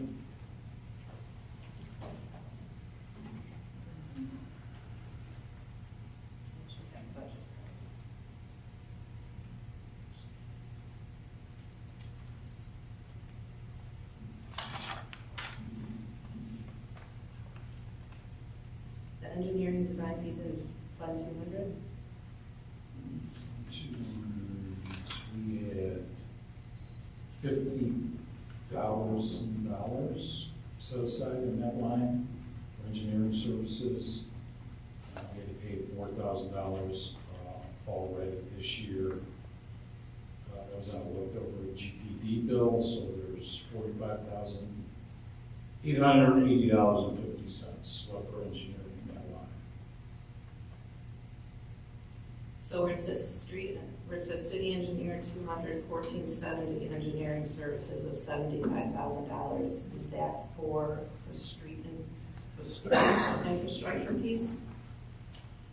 214,70, 54,085. Yeah. Yeah, that's the engineering. That was the placeholder. And there's still 75 in there? No, we reduced it after that first meeting. For how much? Down to 50. Okay. And then subsequently, we've had to pay a small bill, so it was $45,000. Okay, so we have 601, and then we have another 45.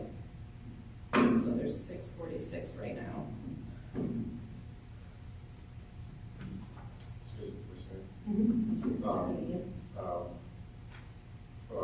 11470 times 4086. Engineering services general. Not 102, it's not 200, that's the. Right, but there's another line item in there for 56,000. That's for the retainer. Retainer.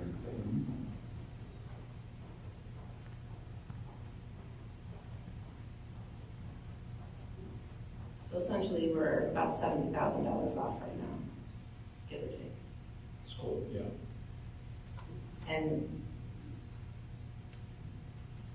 Mayor, I mean, when we were budgeting this, when you were budgeting this, what is this? I didn't have an engineer.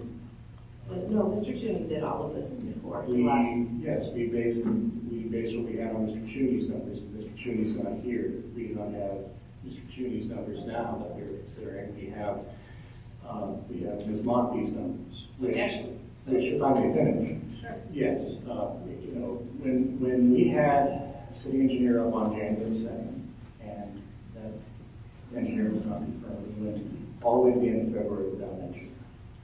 And in the meantime, we had to submit a budget, and we submitted the budget based upon the information we got about the previous engineer. I expressed that, how important it was that we have an engineer, the engineer that will be doing the project here, so that we could have that engineer's input for the budget. We used the best numbers we had based upon what we knew when we introduced the budget earlier this year. And we did that without the benefit of the city engineer. Now, these numbers are placeholders, they were approximate, if they're off by about $7,000, then, this is the scope of the work that Mr. Chooney suggested we do. I believe the scope is good. I think Ms. Mockby thinks so too. We should be finding a way to do this work and adjusting the appropriations accordingly. And I would ask Mr. Kennedy to prepare an appropriations adjustment in order to do that and bring that to you at the next meeting. So actually, when Mr. Chooney prepared this, he had Carol in here also. So he was way off, not a little off. So, I mean, and he's never way off like that. So I'm not sure how this happened. There was a whole nother street in here. Yeah, Mr. Rock? Okay, I have a lot of questions. Well, first, let's look at this. Actually, let me back up. I don't see the proposal or contract in our packet. So that, first and foremost, you submitted a proposal, correct? I submitted budget, engineer's estimate so far. Okay, but this particular work you're going to perform is outside your scope. Yes, It's not part of that's retainer services. So how are you contracting for that? I will prepare a proposal. Right now, all I wanted to draw attention to was the cost. Okay, so we will still approve your contract. Is that correct? Or what are we approving today then? We're just approving for them to work on the design? Because it sounds like we don't have a contract yet. So right now, on the agenda. Does he have a contract yet? No, he doesn't. Okay, so there's no contract. Yeah. So we're not approving a contract, we're approving, I'm just nervous here because we're going to authorize you to perform design engineering services without a contract. We've gone down this road before. So, I want to read the contract. Okay, so let me continue. That was the first question. And I'm nervous about that. Second question, comment really, these aren't necessarily adding up correctly. The 640 plus the 73,000 should net 713. Yeah, there is an error in Okay. I do. So that'll be adjusted. And then the 73,000, was that the first number you threw out, or was that a revised number? That number is correct based on the 640 above it. Right, but what I'm asking is, when you proposed 73,000, was it higher before, and you came down to 73, or was it always 73? It was always 73. Okay, and the reason I ask is because I brought this up before, and the need for bidding this out, and I understand we don't have the time, that luxury, but we just received from the county today design and construction inspection fees of 5% and 5%, so 10 total for Warrensville Center Road, and this was agreed upon by a local firm, a national firm, and a global firm, and they were okay with the 10%, and your fee's at 11.5. That's So, correct. Typically, we are somewhere between 10 and 13. Yeah. So first project out of the gate, we didn't want to cut our, we didn't want to go under. Last thing I want to do is come back and ask for more money. I get it. So that's what your typical fees are. The county plays a little bit of a different game. They're at 10%, so that's something I think going forward, that maybe a benchmark. And we might see that as we bid it out. The market will take care of that. Going through these line items here, I thought we were going to do curb replacement for all road program work, and it says here we're just going to do minor concrete repairs. I think that's to the base. It does include concrete work between driveways. Okay, so the curbs are included. Okay, I just didn't say it on here. And I don't want to be nitpicky, but, and maybe this is in an effort where we can save some costs. There's 2 line items here for crack sealing, which is great. We need that. I'm not trying to take that out. But my question is, what design engineering at 5% would you be doing to substantiate the 5% fee on, say, crack sealing? I get you'll have some construction administration time where you'll have to look and make sure everything was done in conformance with the documents, but does the 5% design engineering fee, is that substantiated with the amount? I mean, is it just a spec? I mean, what exactly are you putting in the documents for those particular line items? It'll probably be just included in the spec. Okay. So is it possible that to get this closer to the county standard, you yourself probably won't put as much time in line items 4 and 5. Is there some type of savings that we could take advantage of because of the amount of work we do? Because you are charging a fee on top of the contingency as well, which is fine, because we'll probably use the contingency. I'm not going to doubt that. And just to clarify, unless my math is wrong, the 11, or whatever, the 12.5%, 753,000 is on the 582, right? Not on the 640, if you do the math, unless I'm... No, it's off the 640. Okay, all right. Yeah. My math is wrong, It's a little less than 11.5, might be 11 point something, but those are my thoughts. Since we're a little over budget, I came up with a solution, and I hope that's something we could entertain. Mr. Quinn, did you have a question? No, I think Mr. Rock actually was able to kind of take care of it. Thank you. I just had one on Warrensville Road, are we repairing with the knowledge that in a year, 18 months, we're gonna be? I think that it's just a large area that's bad right now that Mr. Cheney had put into the budget, into the plan, that it should be taken care of ahead of that project. Which part is that? I would have to get back to you on the exact location. I'm just wondering if that's something that we can hold on, hold off. Well, so the crack sealing the Warrensville Center repair, we are getting money from the county road preventative maintenance reimbursement. Oh, so there's gonna be a for offset for this? materials. So it's, yeah, we're getting $46,285 from the county, the crack ceiling and the Warrensville Center repair. So from the 716, we're gonna get 46,000 back, Yes. or 713, whatever. Okay. Brings it down to Yeah, 7. that brings it down significantly. I don't think it's 46. Um, The letter from last year, Belvoir, crack ceiling, Oh, that was 2023, I believe. There is a new one, the city did get money for 2024. I haven't seen those numbers yet, so. Okay, so you've seen a letter that said Yeah, 46,000? I can send Okay. Okay, so that brings it down significantly. So,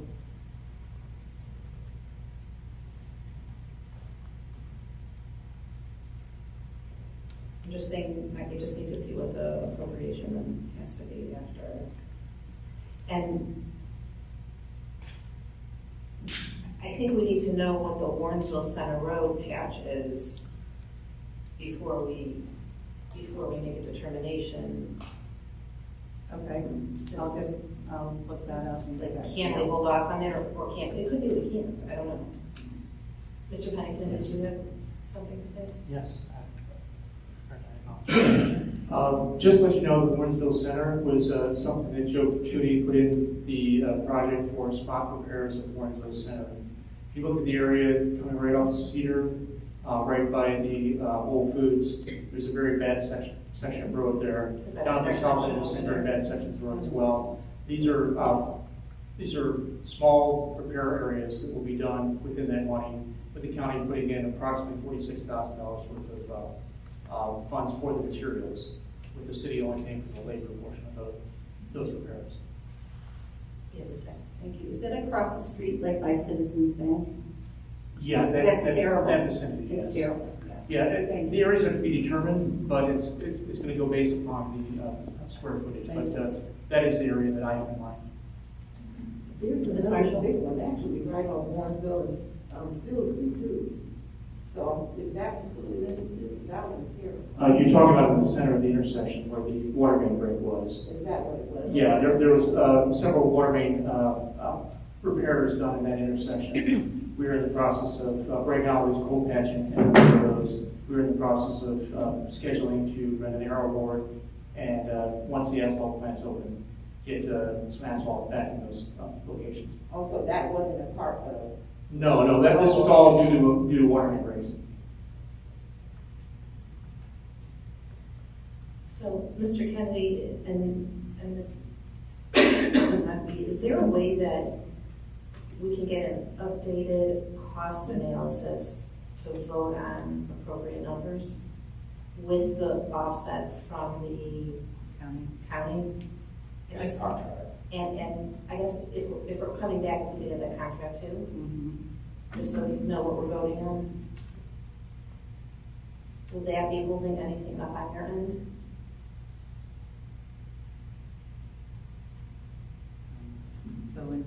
Well, I'll get this together and I'll circulate it with the mayor, start with the mayor.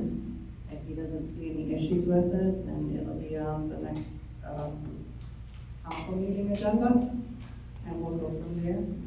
I mean, I have some, some work to go back to and some tidying up to do, so I am working on it, but we probably won't see our surveyors, or we won't be drafting any drawings yet until the contract is signed. Okay. So anyways, you don't have the contract, so. Yeah. Okay, and then, Mr. Kennedy, can you have those appropriations ready then also at the next meeting, so that can at least be on the agenda as well? I'll coordinate with Brenda. Get Okay. everything updated. Okay, thank you. So, You need to make a motion to do it. can this, well, asking the law director, can this be on first reading? Sure. And so, what is it? Okay. Thank you. I appreciate that. I just didn't feel comfortable with that contract. And I'm sure you don't feel comfortable doing work on a contract, so. True. Yeah, I mean, all these numbers are wrong anyways at this point, so, and then we'll really be able to see exactly what the approach, we have to appropriate and. Do you have a time frame for the design engineering, just a rough estimate of how long it take? Well, I'll probably need at least a month to get the plans ready and the spec book, and then go to bidding. Okay, makes sense. And then we'll make sure that we leave the council the whole meeting also, so we can get that updated, that ordinance as well. So it won't be in 2 weeks, but we can show it. Yeah, that's what I said. And I'd just like to note, this is the engineer's first Right. run through, and we understand that, and until you get totally up to speed, we'll have some back and forth that'll happen. Thank you. Thank you so much. You're welcome. Okay, agenda letter E, motion to approve entering into a 5-year lease to own agreement with Lease Servicing Center, DBA NCL Government Capital for a 20-yard GS Products Midstar automated side loader dump truck with annual yearly cost of $71,466.81. Mr. Pennington. Yes, thank you, Vice Mayor. In coordination of going forward with the recycling program, we went out for quotations from several bidders, not really bid perhaps, but one of our quotes was from Sourcewell. Came in at $319,000 for a 20-yard automated truck. The firm that we looked at has come in with a quote of $295,000. It's a 20-yard GS Products Midstar automated side loader dump truck with all equipment for side load automated recycling services. In going forward with this, I must note that council would need to waive the competitive bidding requirement, as this did not go officially out for bid. However, we did use essentially the state bid, the Sourcewell account, to come up with a number, and then got other competitive quotes, in which we found one that actually beat that. The truck at the $295,000, going with a 5-year lease, put it at $71,466.81 per year with a lease to own, where we would own the truck at the end of the 5-year lease. The original truck that I took to the Service Utilities Committee meeting, when we originally talked about going automated, was a truck that was the third number we have in here. It would have been a 7-year lease at about that $72,000 mark. This truck will do what we needed to do, and we did demonstrate the truck about a week ago, and we are comfortable moving forward with this truck for our recycling services. At this point, I would ask that council authorize the purchase of the truck with the waiving competitive bidding requirement. Yeah, thank you, sir. I have a couple questions. One is, I was talking to the law director that we, we'll discuss this motion, but we'll bring it back to put this on as an ordinance at the next meeting, just because it should be as an ordinance. I think the consultant mentioned a rear automated. I don't know what the exact. The rear temper that we talked about in the committee meeting would have required us to hire the additional employee or possibly correct. Okay. So This side is automated where the arm comes out, grabs the can, dumps it into the. Okay. It goes right over. It goes right over and into the top of the. I wasn't sure if the rear also. No, the rear. Our worker has to move the can to the rear of the truck. Got it. Hook it on, automatically do a motion there, and then detach the can and put it back. I remember when we spoke about that in the meeting. And then also, so I know Sourcewell is the government's website for sourcing vehicles. Yes. But but we also bid through that, correct, usually? We get quotes from them on a number of items of equipment. It's not, they come up with pricing that's essentially a quote state bid number for us to use. Their number is a number that's good, competitive throughout the city, or throughout the state, that is utilized for purchases of equipment by municipalities. Right, I can answer that question, Vice Mayor. It's kind of like the state bid where there's this particular vehicle where they have a state bid price. Sourcewell does that thing on the same process on a national basis. So there may be differences in equipment and things like that, but the main base vehicle has already gone through a bidding process by Sourcewell, so this is considered the best price from the various vendors. So this is compared to like when we get our police and fire type vehicles, it's the same type of. Correct. Best deal available out there. Yes. Look, we did talk about, something of this size, this type of purchase is better done by ordinance, and we can explain why we went through the process we did, and explain why we're selecting this particular vehicle, so Mr. Kennedy has something in writing if the auditors were to look at it. Why did you decide to buy this vehicle? You didn't go out for a complete bidding process, which may not be practical in this situation, but we can articulate all those reasons in the ordinance. I think what Mr.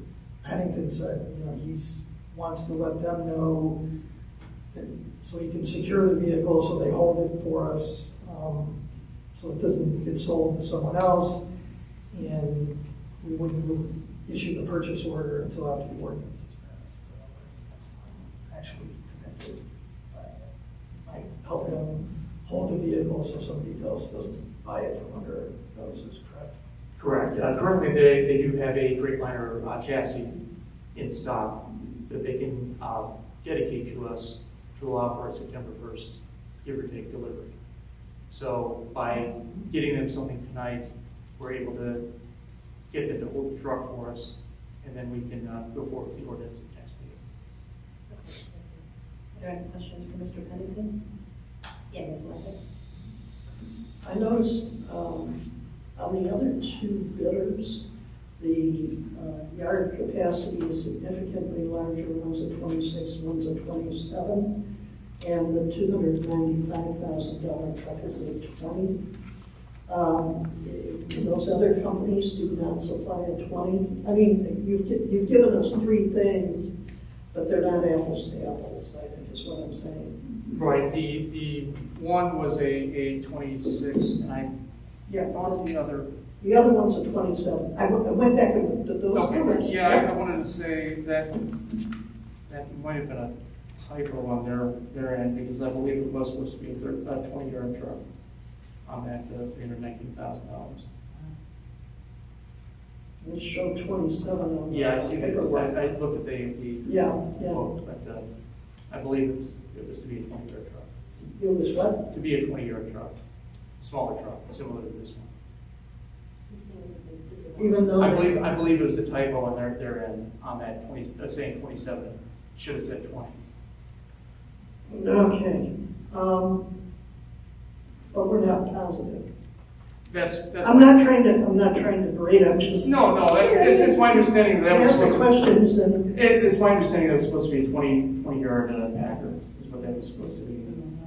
because if they turned around and bid you something higher, that would explain the difference in cost. Yeah. So just one other thing, if I'm gonna vote on something that costs $295,000 and we have it coming in for a demonstration, I certainly would appreciate knowing it's here.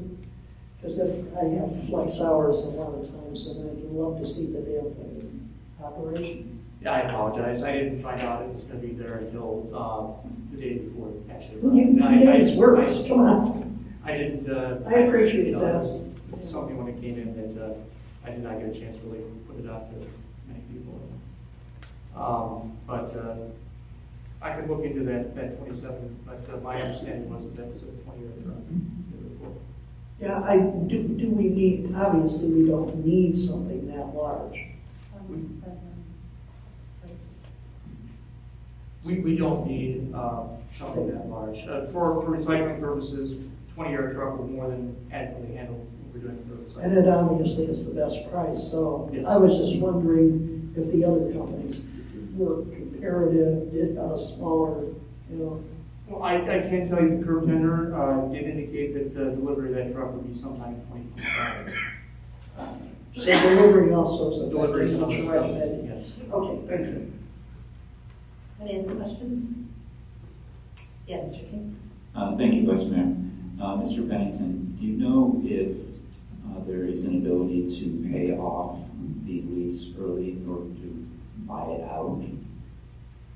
I'm not sure on it's a 5-year term at the 71,000, or you can do an outright purchase for 295,000. And the reason I'm asking is that the Ohio EPA has a program where they offer up to $200,000 grants for curbside recycling programs.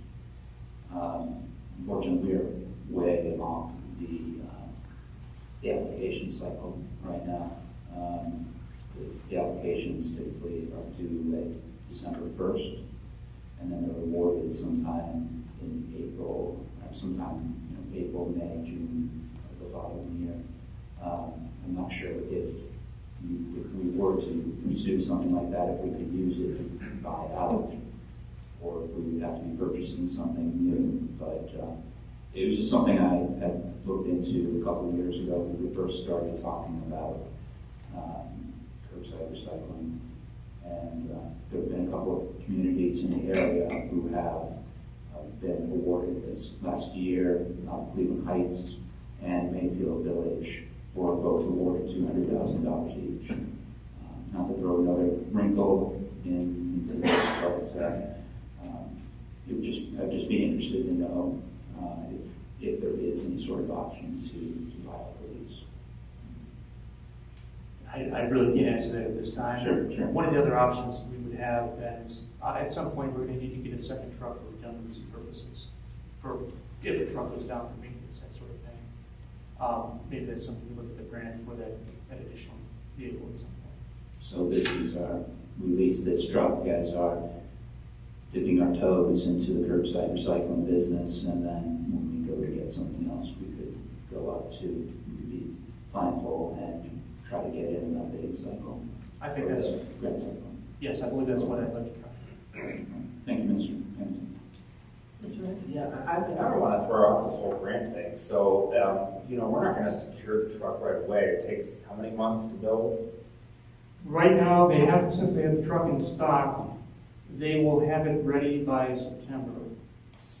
Oh, okay. So I was going to say, could you apply later since you don't have received the truck? We're way off, unfortunately. We're not. These quotes is only valid for 4 days. So we don't have any audience comment. Yeah. Sorry. Okay, so that's unfortunate, but thank you for bringing that to our attention. The only concern I have is, you mentioned dipping our toes, and I share a similar sentiment. I hope this program is a success, but I want to plan in case it is not. And so this particular truck can't service any of our other rubbish needs because it's an automated truck.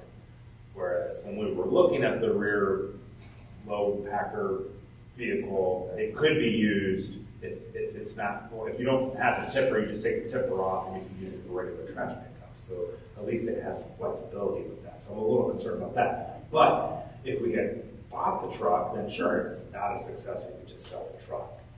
That's how we could do that. But if we're leasing it, what are our options to get out of the lease in the event this doesn't spark as much interest? Now there's interest.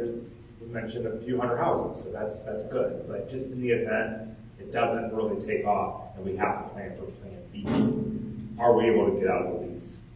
At this point, I don't know that I can answer that question. I did not look at the termination clause in the lease.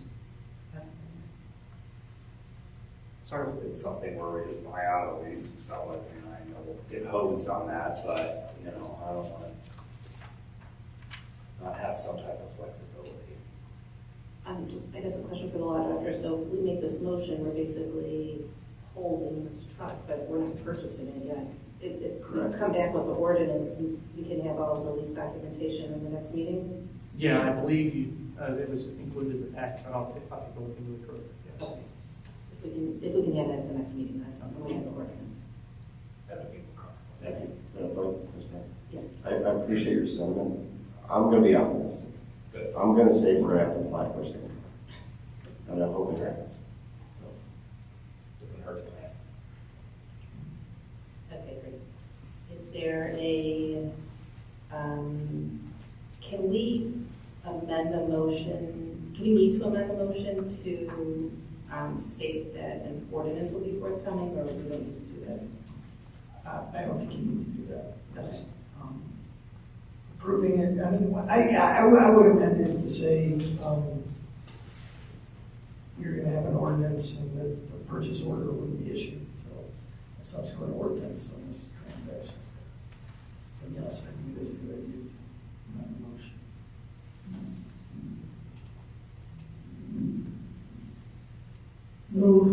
Move to amend the motion to add, let's see, motion to approve entering into a 5-year lease, contingent on an ordinance being prepared and lease documents being produced. With purchase order not issued. Right, with the purchase order not issued until. Yeah, and purchase order not issued until ordinance is approved, but only do it that way. And then to, at the end, say, contingent on the ordinance being prepared, the purchase order not being released until the ordinance is approved, period. Okay. I'll second that lengthy motion. This is just the amendment. Any way of competitive bidding?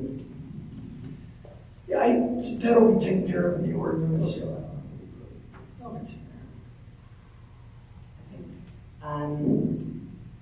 Is there any discussion on the amendment to the motion? Okay, Mrs. Thomas, will you call the roll? Mr. King? Aye. Mrs. Sacks? Aye. Mr. Cooney? Aye. Mrs. Wise? Aye. Mr. Rock? Aye. Ms. Marshall? Aye. Ms. Wise? And then we make a motion on the motion? Yes. That was the motion to amend. Okay, I'll make that motion. Is there a second? I'll second it, Vice Mayor. Mrs. Thomas, will you call the roll? Mr. King? Aye. Mrs. Sacks? Aye. Mr. Cooney? Aye. Mrs. Wise? Aye. Mr. Rock? Aye. Ms. Marshall? Aye. Ms. Wise? Thank you, Mr. Pennington. Thank you. We do have an executive session.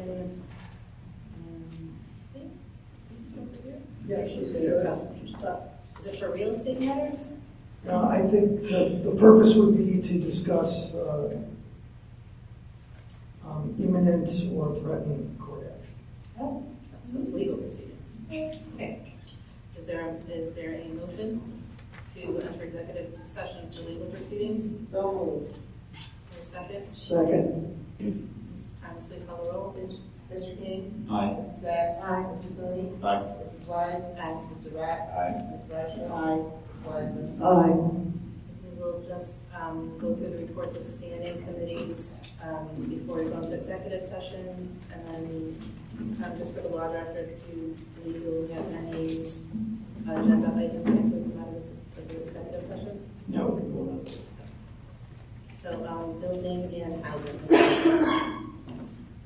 There will be a building and housing meeting at 6 p.m. before the next council meeting on the 15th. There will be a number of items published on the agenda. We have the safe bill contract and a number of other things that we do need to resolve. Thank you.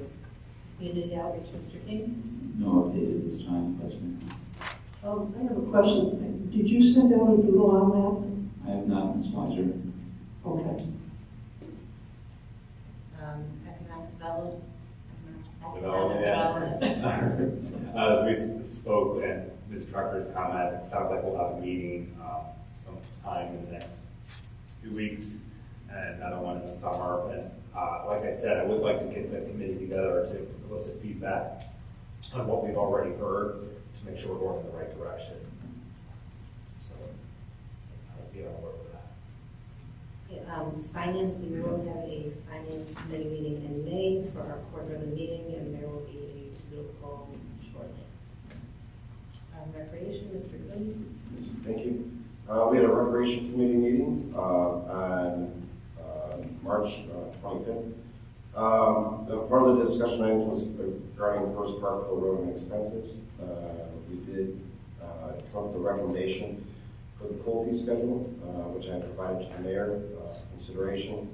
We also discussed the overtime resources required for the Fall Fest and Juneteenth events from the fire, police, and service department. They provided estimates for what may be needed, which can be used as part of the 2025 budget, as part of input items for that.